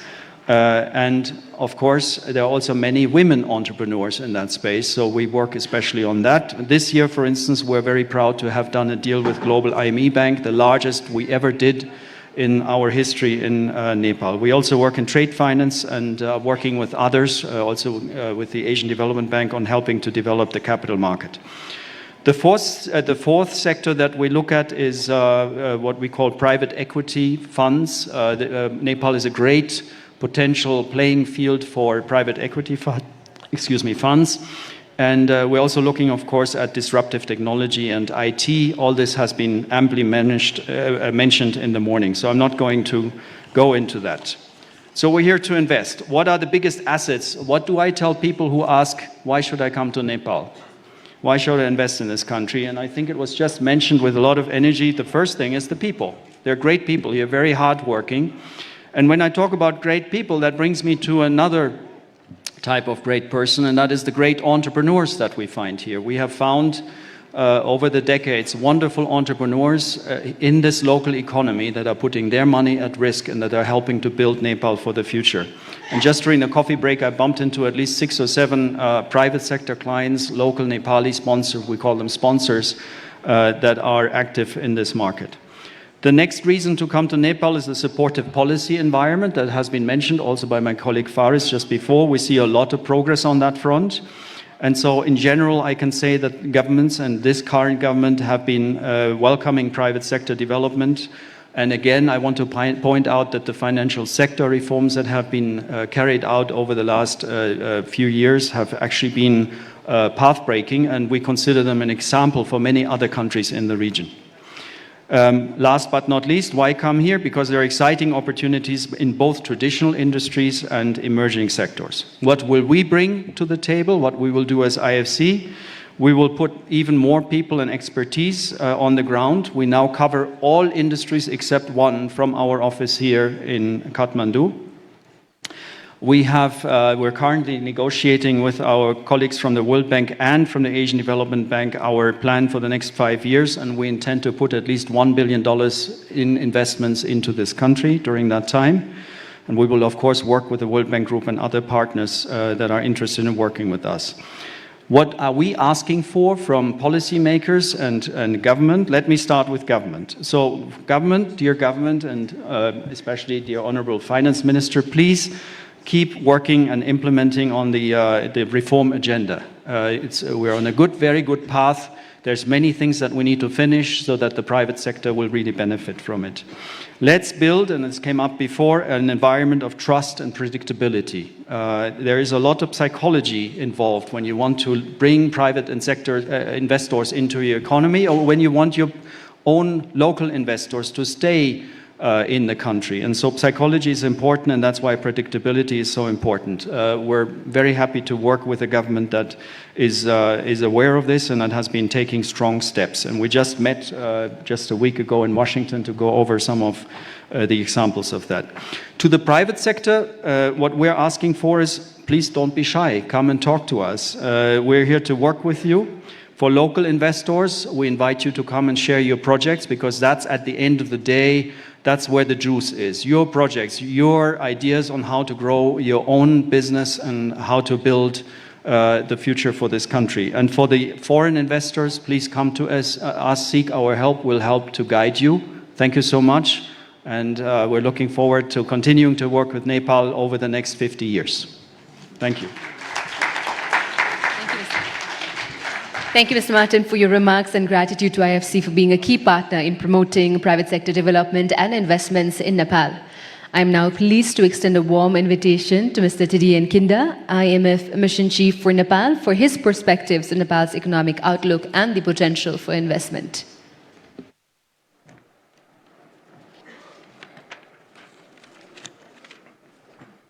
So this time around, we'll turn the neck on this side. So good afternoon, namaste, Honorable Finance Minister and Honorable former Finance Minister. So it's a great pleasure for me to be here, coming from Washington, D.C. I should start by saying that the IMF, or International Monetary Fund, has had a very close collaboration with Nepal. And as a testimony of that, we have an office here in Nepal headed by Teresa Sanchez right here. So maybe what I will do today is to really emphasize how the IMF has been working together with Nepal with a focus on one area, which is the macroeconomic environment, which is our specialty at the IMF. And as all investors will know, having macroeconomic stability is key and is essential in order to have prosperous investment. And in that aspect, I think I will start by highlighting key strengths that Nepal economy has. And one of them, which has been mentioned in the morning in terms of having a strong macroeconomic framework, which Nepal has, is a moderate public debt. So if you look at the level of public debt in Nepal in relation to the country gross domestic product, it is around 50% of GDP. So what we see as moderate, and is also associated in our economic analysis with a low risk of debt distress, which is a very strong position to be in. So first, I will say moderate public debt. And the second macroeconomic strength that we see is the really strong external sector. And this is an area where we've been working together with the Nepali authorities in the last few years, and we're very pleased to see that Nepal is currently enjoying large but also rising foreign reserve, which is a very important strength because it provides stability, it provides insurance to the private sector incoming in Nepal. And as of now, based on our estimate, the level of international reserve in Nepal is beyond 9 months of import, which is relatively high and a very strong position again to start with. Of course, beyond these 2 points, Nepal has also other strengths. I think 1/3 that one can mention is in terms of growth. So if we look at our projection of the growth over the medium term for Nepal is 5%, but the 5% is what we call a baseline. The baseline means without or with the implementation of policies as we know it now. But if Nepal was to implement further and accelerate the implementation of policies that are currently in the plan, we could see even higher growth. And just to put it in perspective, so Nepal currently has an economy of about $40 billion. So with a growth rate of 7%, it means that that growth, that economic size will double in 10 years, so which is really big. So it means that the economy can go from 40 billion to about 80 billion in 10 years with the implementation of policies. So that brings me to the challenges and the opportunities that we identified together with the government, and how implementing important policies and accelerating the pace of reform can really unlock the huge potential that Nepal has. And we've been working closely with the government in that aspect. So the International Monetary Fund has an extended credit facility with Nepal, which is worth about $400 million. And we've been working closely with authorities in that, and few reform in that aspect. For instance, as of now, we do see that growth, of course, as I said, has a high potential, but currently is below potential. And one area where we see enormous potential is really on the acceleration of public investment, because that will give a boost to domestic demand and further impulse to growth. And in that aspect, we've been working together with the government to approve a public investment management action plan, and that's being led by the National Planning Commission. And implementing that will help facilitate the execution of capital spending, which could give a further emphasis to growth. Another area on which we've been working closely with the government is to increase and strengthen domestic revenue mobilization. And of course, it's important to have investors coming into Nepal, and it's critical. Also, the government having higher revenue will allow the government to invest directly in capital spending in order to further attract private investors. One area that was mentioned in the morning is the financial sector, where there are some vulnerabilities. And I can say to the investor here that this is an area where we work very, very closely with the government. And indeed, led by the Nepal Rashtra Bank, there is some analysis that is being prepared in order to assess vulnerability in the banking sector and to take very swift measures. So this is an area where we're working very closely, and overall we do see also some strength in the banking sector despite these challenges.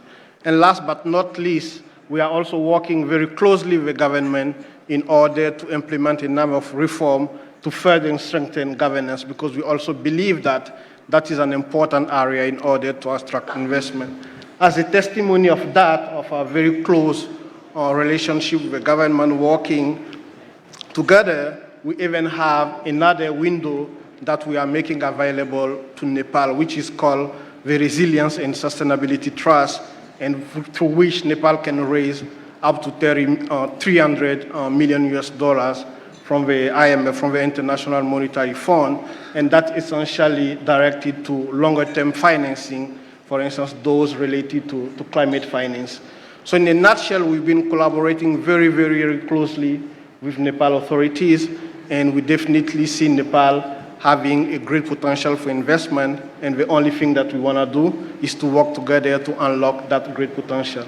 So we wish the authorities of Nepal great success in the investment summit, and we very much look forward to continuing our close collaboration. Thank you. Thank you very much, Mr. Tadian, for highlighting the key strength that Nepal possesses. I'm now honored to extend a warm invitation to Mr. Ren Shiweng, Deputy Secretary General, Sichuan Province, People's Republic of China, for his remarks to illuminate potential avenues for partnership and cooperation. 尊敬的普根部长、女士们、先生们，非常高兴在美丽的季节来到尼泊尔出席投资峰会和领导人论坛，十分感谢组委会的邀请和接待。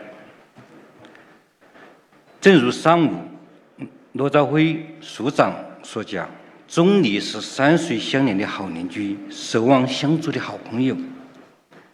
2019年4月，习近平主席对尼泊尔进行了国事访问，揭开了中尼关系新篇章，也为四川与尼泊尔各领域互利合作注入了强劲动力。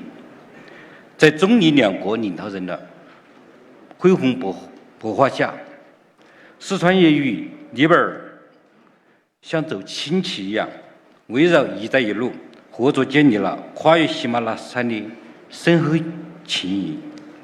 去年5月，四川省委书记王晓辉率代表团来到尼泊尔，开展了川气走尼泊尔系列友好交流活动，推动了一批合作项目建设落地。川流合作领域不断拓展，特别是四川国有企业持续加大在尼项目投资，在能源装备领域，川投集团投资了12亿美元，开发了马兰马象的梯级水电站项目。东电国际投资1400万美元，开展了上3件水电站机电设备设计、供货、安装调试项目。Distinguished guests, ladies and gentlemen. 在基础设施方面，中国华西四川机师参建了博克拉国际机场正式移交并投入运行。川航集团开通了成都至加德满都的每日往返航班，这些日新月异的合作成果都是专利友谊的生动写照。我相信，以此次投资峰会为契机，川流合作必将翻开崭新篇章。在投资峰会这一合作舞台，我诚挚向各位简要推荐中国四川。四川位于中国西南腹地，人口9100万，面积48.6万平方公里。四川发展前景广阔，国内资源丰富，是中国发展的重要区域，一是经济总量较大，二是战略地位重要，三是矿产资源富集，四是交通便捷，五是文旅资源独特。我来自四川国资委，这里我向嘉宾隆重介绍下四川国有企业。近年来，在四川成长起了一批航天、航空、装备制造、电子信息以及能源、建筑、文旅等领域的领军企业。这次随我一起来尼泊尔参加投资峰会的8户大型企业，个个都是我们的行业翘楚。东方电气集团是全球最大的能源装备制造企业集团之一。蜀道集团是2023年度排名389名的世界500强。川投集团是盈利能力排名领先的能源产业集团。能投集团是四川能源化工领军型企业。华西集团以上建在华西享誉建筑领域。商投集团外贸涵盖3000多个贸易品类，客户资源遍及160个国家和地区。川航集团连续7年获得中国最佳航空公司，2018川航368-633航班为基础时，创造了名震中外的奇迹。旅投集团是重要的文旅平台，酒店行业在我们中国西部第一。近年来，四川国资国企持续做强做优做大，海外投资能力持续增强，海外投资意愿更加浓厚。希望大家继续信任四川国企，选择四川企业。我们也将持续深化包括尼泊尔在内的世界各国交流合作，特别是与尼泊尔在能源、交通、建筑、文旅、商贸等领域深化合作，共商投资深化合作，共享时代机遇，共创美好未来。谢谢大家。 I feel so honored and privileged to be given a chance to address a guest speaker in the 3rd Nepal Investment Summit 2024 and Leaders Forum, along with investors, policymakers, and financial institutions from across the globe. China and Nepal are neighboring nations linked by the shared geography of mountains and rivers. We are not only good friends who stand united in times of need, but also strong partners committed to mutual development. In October 2019, President Xi Jinping paid a state visit to Nepal, during which the leaders of both countries jointly announced the elevation of China-Nepal relations to a strategic partnership aimed at fostering long-term friendship and promoting development and prosperity.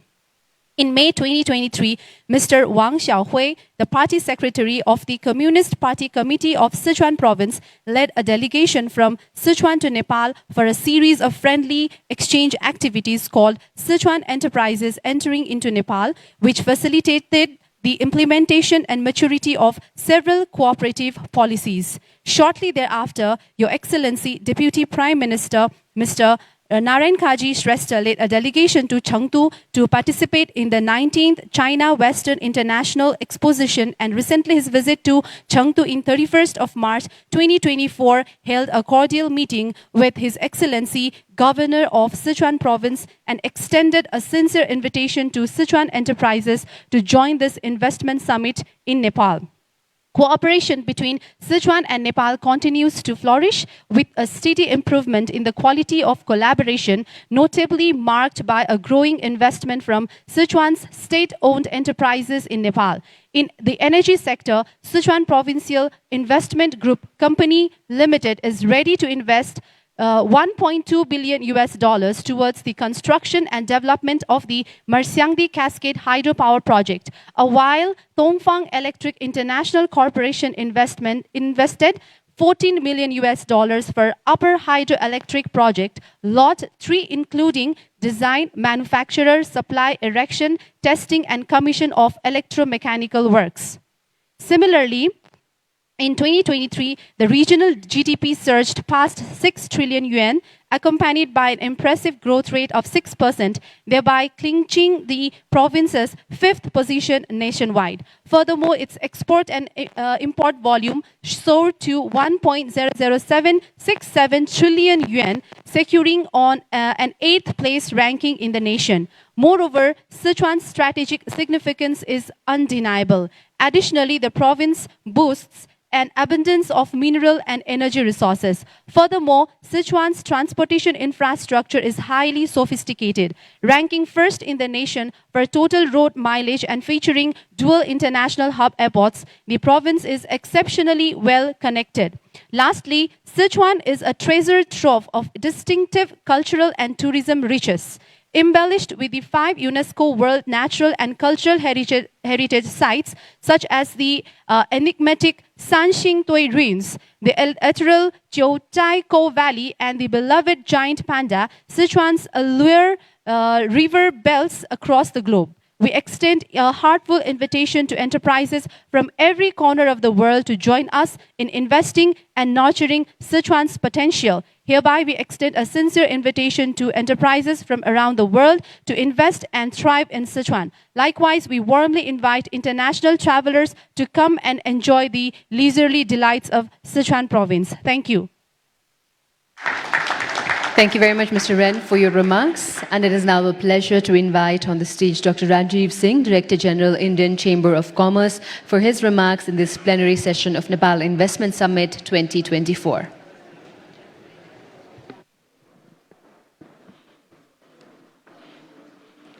I know we are all waiting for lunch, so I'll be very quick and brief. And let me also appreciate your patience to be with all the speakers. Nepal, India, I think in the morning you have heard, has a long, historic, and deep-rooted relationship. In terms of FDIs, cumulative FDIs, almost 1/3 as on date is from India. In terms of trade, India is the largest trading partner for Nepal. And you have also heard the investments, the commitments which have been there in the space of energy, hydro, AI, hospitality, hotels. So I represent the Indian Chamber of Commerce, which is almost will be completing 100 years this December. Indian Chamber has 11 offices all over India, and as ICC, we are deeply committed to furthering our relationship with Nepal. Let me also add here that in last 1 year, we have been in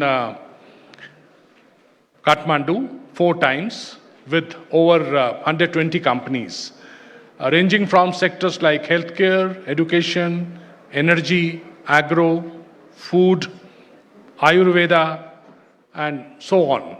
And our engagement and the engagement of Indian companies have been growing rapidly. In terms of sectors, I think repeatedly it has been mentioned. I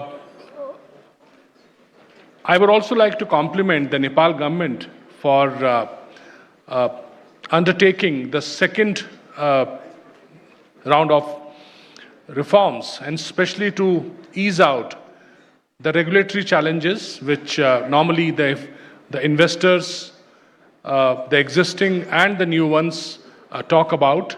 So the recent announcement of easing out the regulatory issues, some reforms, is really important, and I'm sure government would also ensure implementation of those.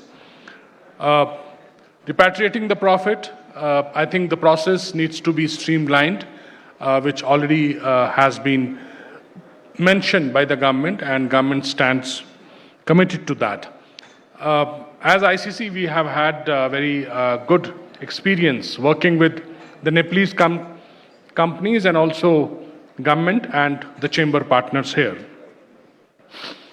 Land definitely is an important thing for any investor who comes here.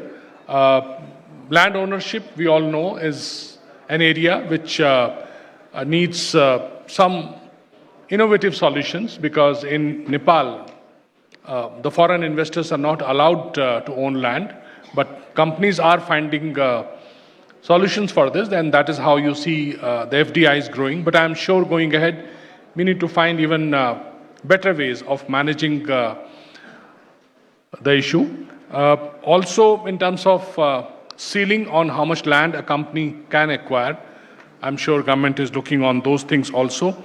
But having said all this, I would again compliment, and especially here, I would like to mention the former FM, Dr. Mahat, who made a very strong statement. He said, governments can come and go, but the reforms and the growth and the focus on investments will continue. So I would like to compliment you, because we have seen opposition playing a different kind of role, but this statement is a very, very constructive, very positive, and a very proactive statement which comes from you.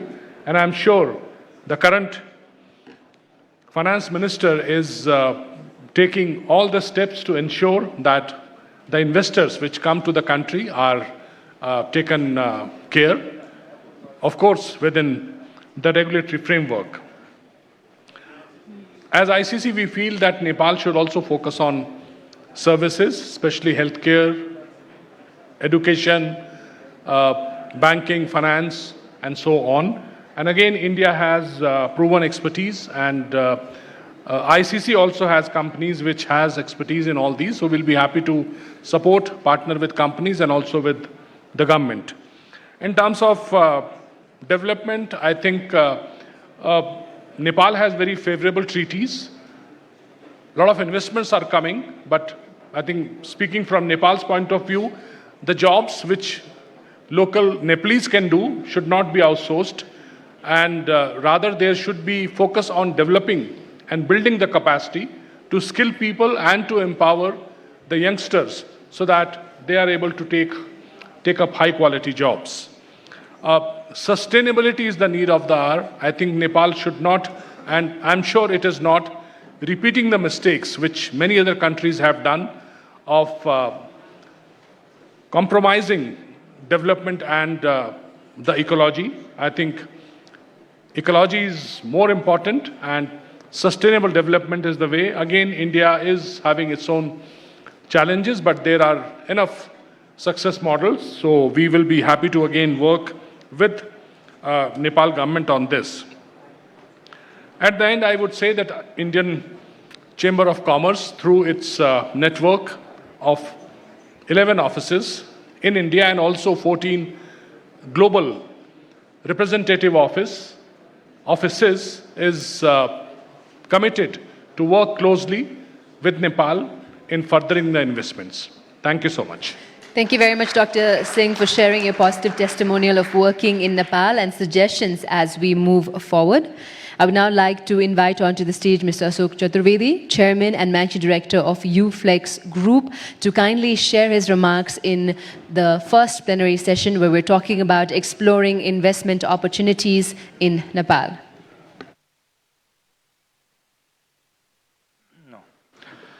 I know everybody is very hungry, and thank you very much for inviting me.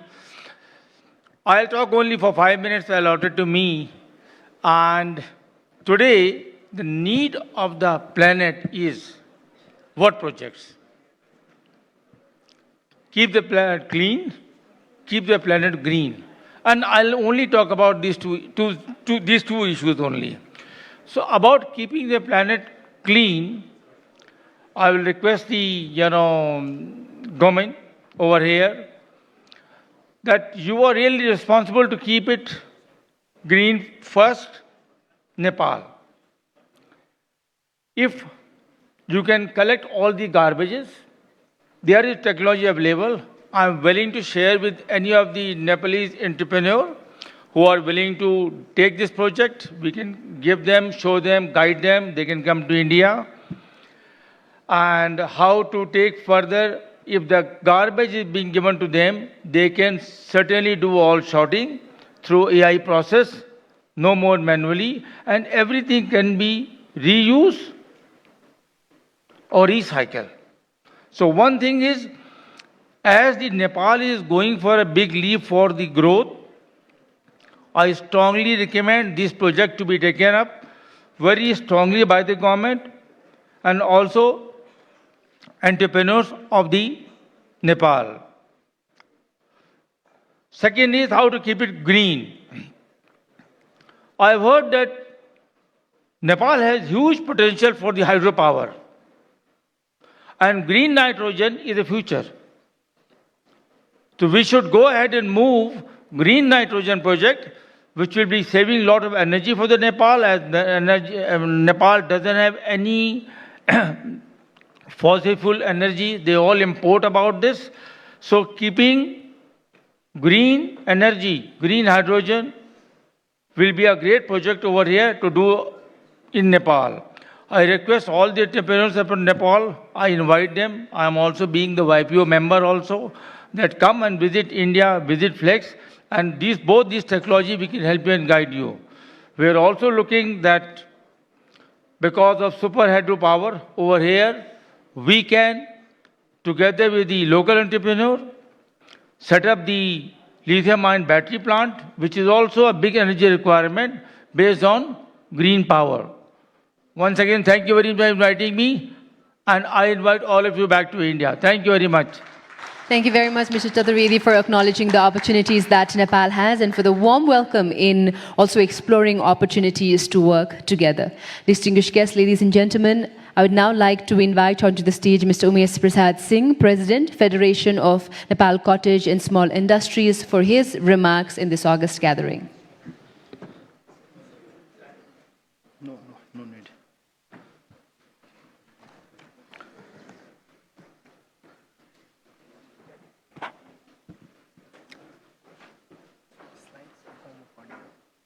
थियो त अब त्यसै भनिदिनु भइहाल्छ slide छ उसको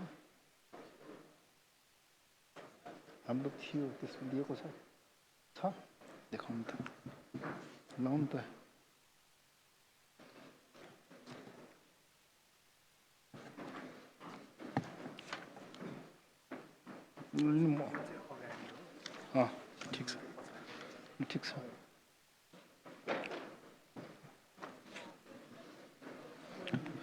Sorry.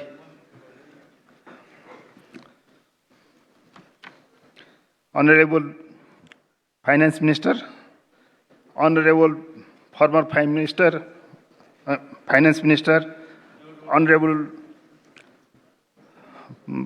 Parliamentary Member, and a special guest, a speaker and dignitaries.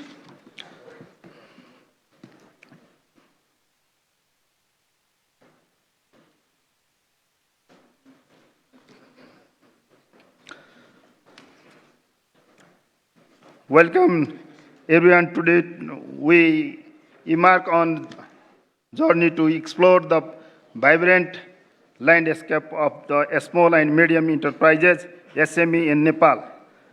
Nepal's economy is evolving and SME are at the heart of this transformation. This presentation aims to shed light on the promising investment opportunity with this sector. Overview of the Nepalese SME sector. Based of the legal provision in Nepal, SME are the characterized with the small industry is the investment up to the 150 million in equivalent to US dollar.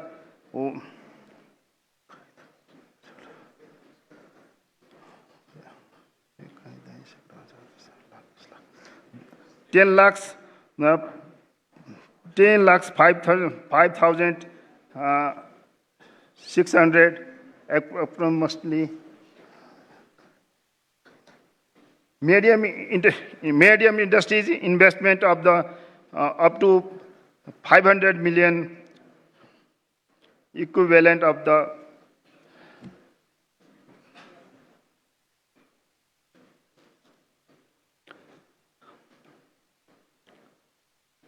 500 $500. The cottage and small industry and medium level industry sector in Nepal accounts for the 90% of the total industrial investment share of the 90% of the total industry investment share of the about 80% in the industrial export contribute of the 80% in the employment generation by industrial sector. Currently, the industrial sectors contribute about the 5.65% in national GDP, and the SME has the contribute 93% in the industrial sectors. Market analysis of SME sectors. Demographic and the economic trade and aspecting in the market, key sector driving the SME growth: tourism, agriculture, technology, renewable energy, complementary landscape, and the potential niches for the investment. Scope of the SMEs in Nepal. Agriculture in agro processing, manufacture, servicing, hydropower, also agricultural area of the investment, agricultural cluster farming, large and scale farming, through and the pool, agriculture, processing and marketing, non-timber forest, natural fiber, charcoal, herbal and aromatic, medicine and cosmetic, textile and garments, product and handmade, and herbal products, organic tea processing, honey processing, milk product, hospitality and the tourism, travel, hotel and resort, information technology, software and e-commerce, education, upper secondary and graduate school, hospital and etc. Financing option in Nepal. Overview the financing option available in the SME in Nepal. Commercial bank, angel investment, venture capital, microfinance and the other alternative financing mode, opportunity for the collaboration between investor, financial institute and the government agency.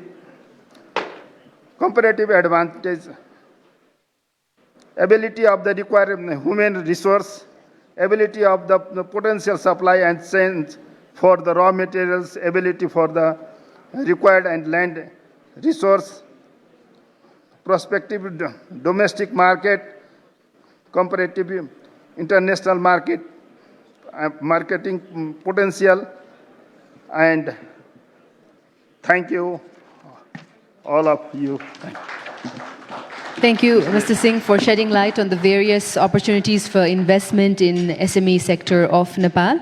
I would now like to request Ms. Shobha Gewali, President of FWIN, to kindly take the stage for her remarks as well. Ms. Gewali, we'd like to request you for your remarks.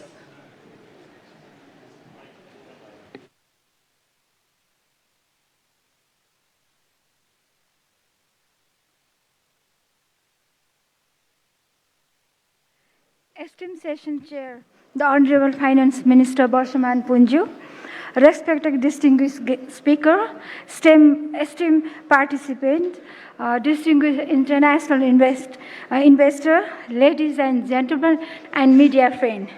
I extend my sincere gratitude on behalf of Federation of Women Entrepreneur Association of Nepal and my personal side to the organizer for inviting me to share my observation today at this distinguished gathering.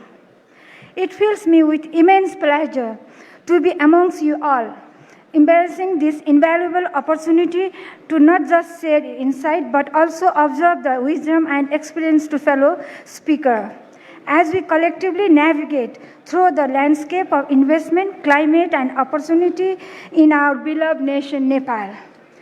As steward of the progress and champion of the empowerment, the Federation of Women Entrepreneur Association of Nepal, FWIN, stands tall, tireless, fostering the growth of women-led enterprise, not just within our border, but resonating a global scale.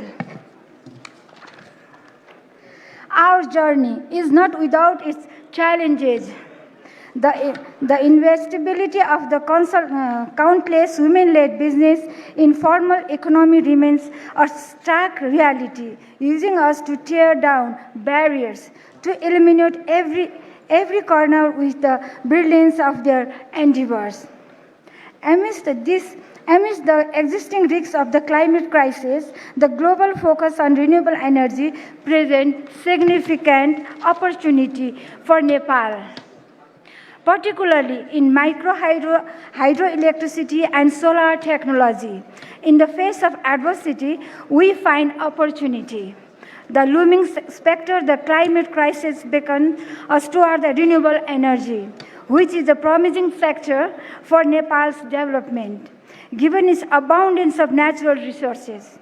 Dear respected guests, as I venture into the heart of a region like Jumla, I witnessed firsthand the transformative of power micro hydro project, breathing life into the remotest corner of our nation, providing concrete evidence the potential the renewable energy project in Nepal.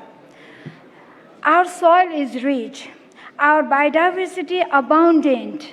In the lush greenery and fragrant blossom, we find the essence of our heritage, the promise of our future. Herbal product beckons us toward a realm of endless possibilities. Considering our rich biodiversity and fertile soil, The digital frontier opened door to emerge into information technology and e-commerce that present multiple opportunities, harnessing the talent of our youth to offer internationally competitive outsourcing service. Nepal's landscape, both natural and economic, present a canvas of opportunity across various sectors, notably in renewable energy, tourism, agriculture, herbal product, food, textile, and digital technology and e-commerce. Investing in this sector is crucial for leveraging the country's resources and talent for economic development. We need to emphasize on collaboration between the public and private sector alongside the support of international investors will drive innovation, create jobs, and propel Nepal towards sustainable development. Distinguished guests, today, as we convene to deliberate, I stand before you with unwavering belief that Nepal's supportive stance towards foreign direct investment, coupled with its favorable demographic and technological adoption, presents a myriad of business and investment opportunities. From renewable energy to digital technology, from herbal product to e-commerce, Nepal stands ready to embrace collaboration and innovation. Again, Nepal stands ready to embrace collaboration and innovation. Once more, I extend my deepest gratitude on behalf of Federation of Women Entrepreneur Association of Nepal, FWIN, and my personal side to the government of Nepal for hosting this momentous occasion, a beacon of hope in our journey towards the social and economic transformation of our beloved nation, Nepal. Thank you all to listening patiently. Thank you all. Thank you so much. Thank you very much, Mr. Gewali, for your optimistic remarks and encouraging remarks for investing in Nepal. It is now, ladies and gentlemen, with great pleasure and honor to invite the session chair, Honorable Barshaman Bun, Minister of Finance, Government of Nepal, for his concluding remarks of the first plenary session.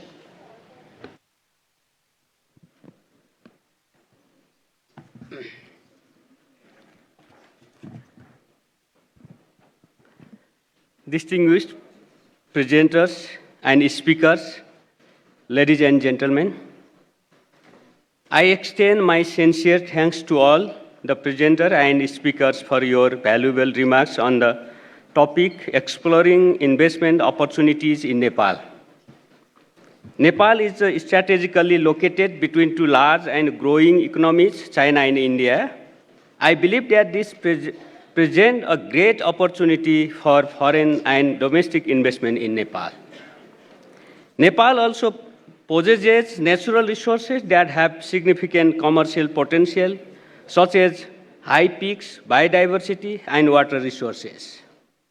Nepal has been working to improve the country's business climate through legal and regulatory reform and procedural simplifications. The recent amendment to 9 different laws in consultation with private sector is a testimony of our strong commitment towards reforms.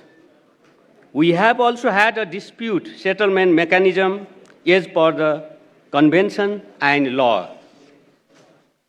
Nepal's key drivers of the economic growth are energy, tourism, IT, agriculture, and infrastructure development, among other sectors. Nepal has a huge potential of hydropower electricity generation, which could be a major source of income through clean electricity exports to neighboring countries. We are keen to contribute to the supply of renewable and clean energy to reduce carbon emissions as per the global shared commitment.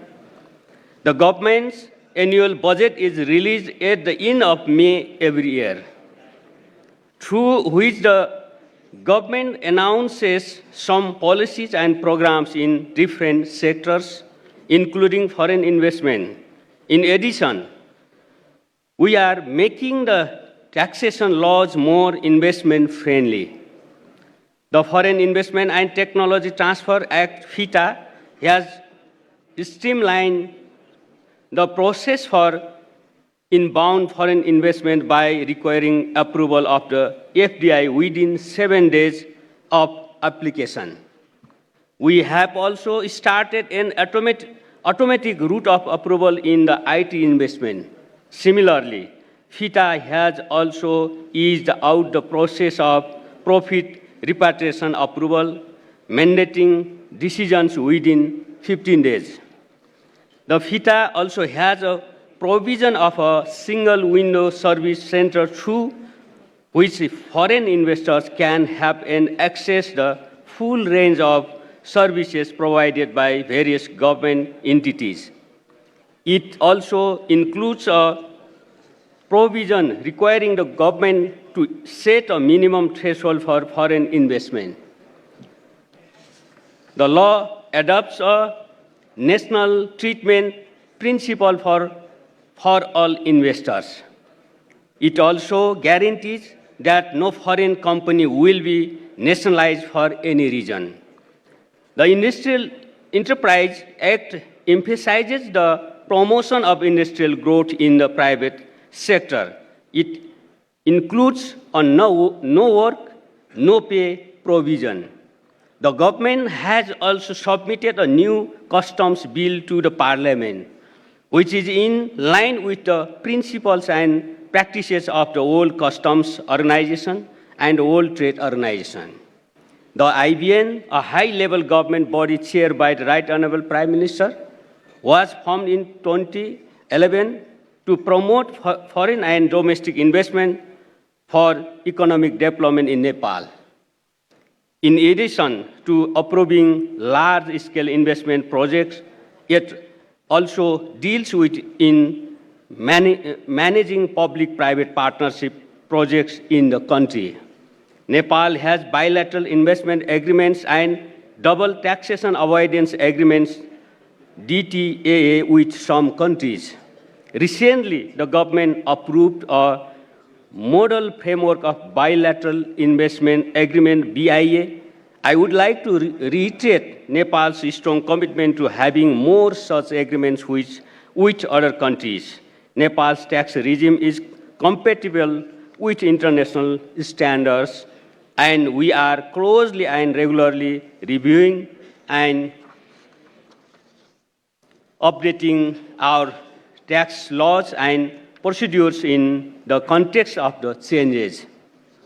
Nepal has a firm stand in regional and sub-regional forums regarding regional integration of economies in the region as a member of WTO and 2 regional agreements, the South Asian Free Trade Area, SAFTA, and the Way of Bengal Initiative for Multi-Sectoral Technical and Economic Cooperation, BMSTEC.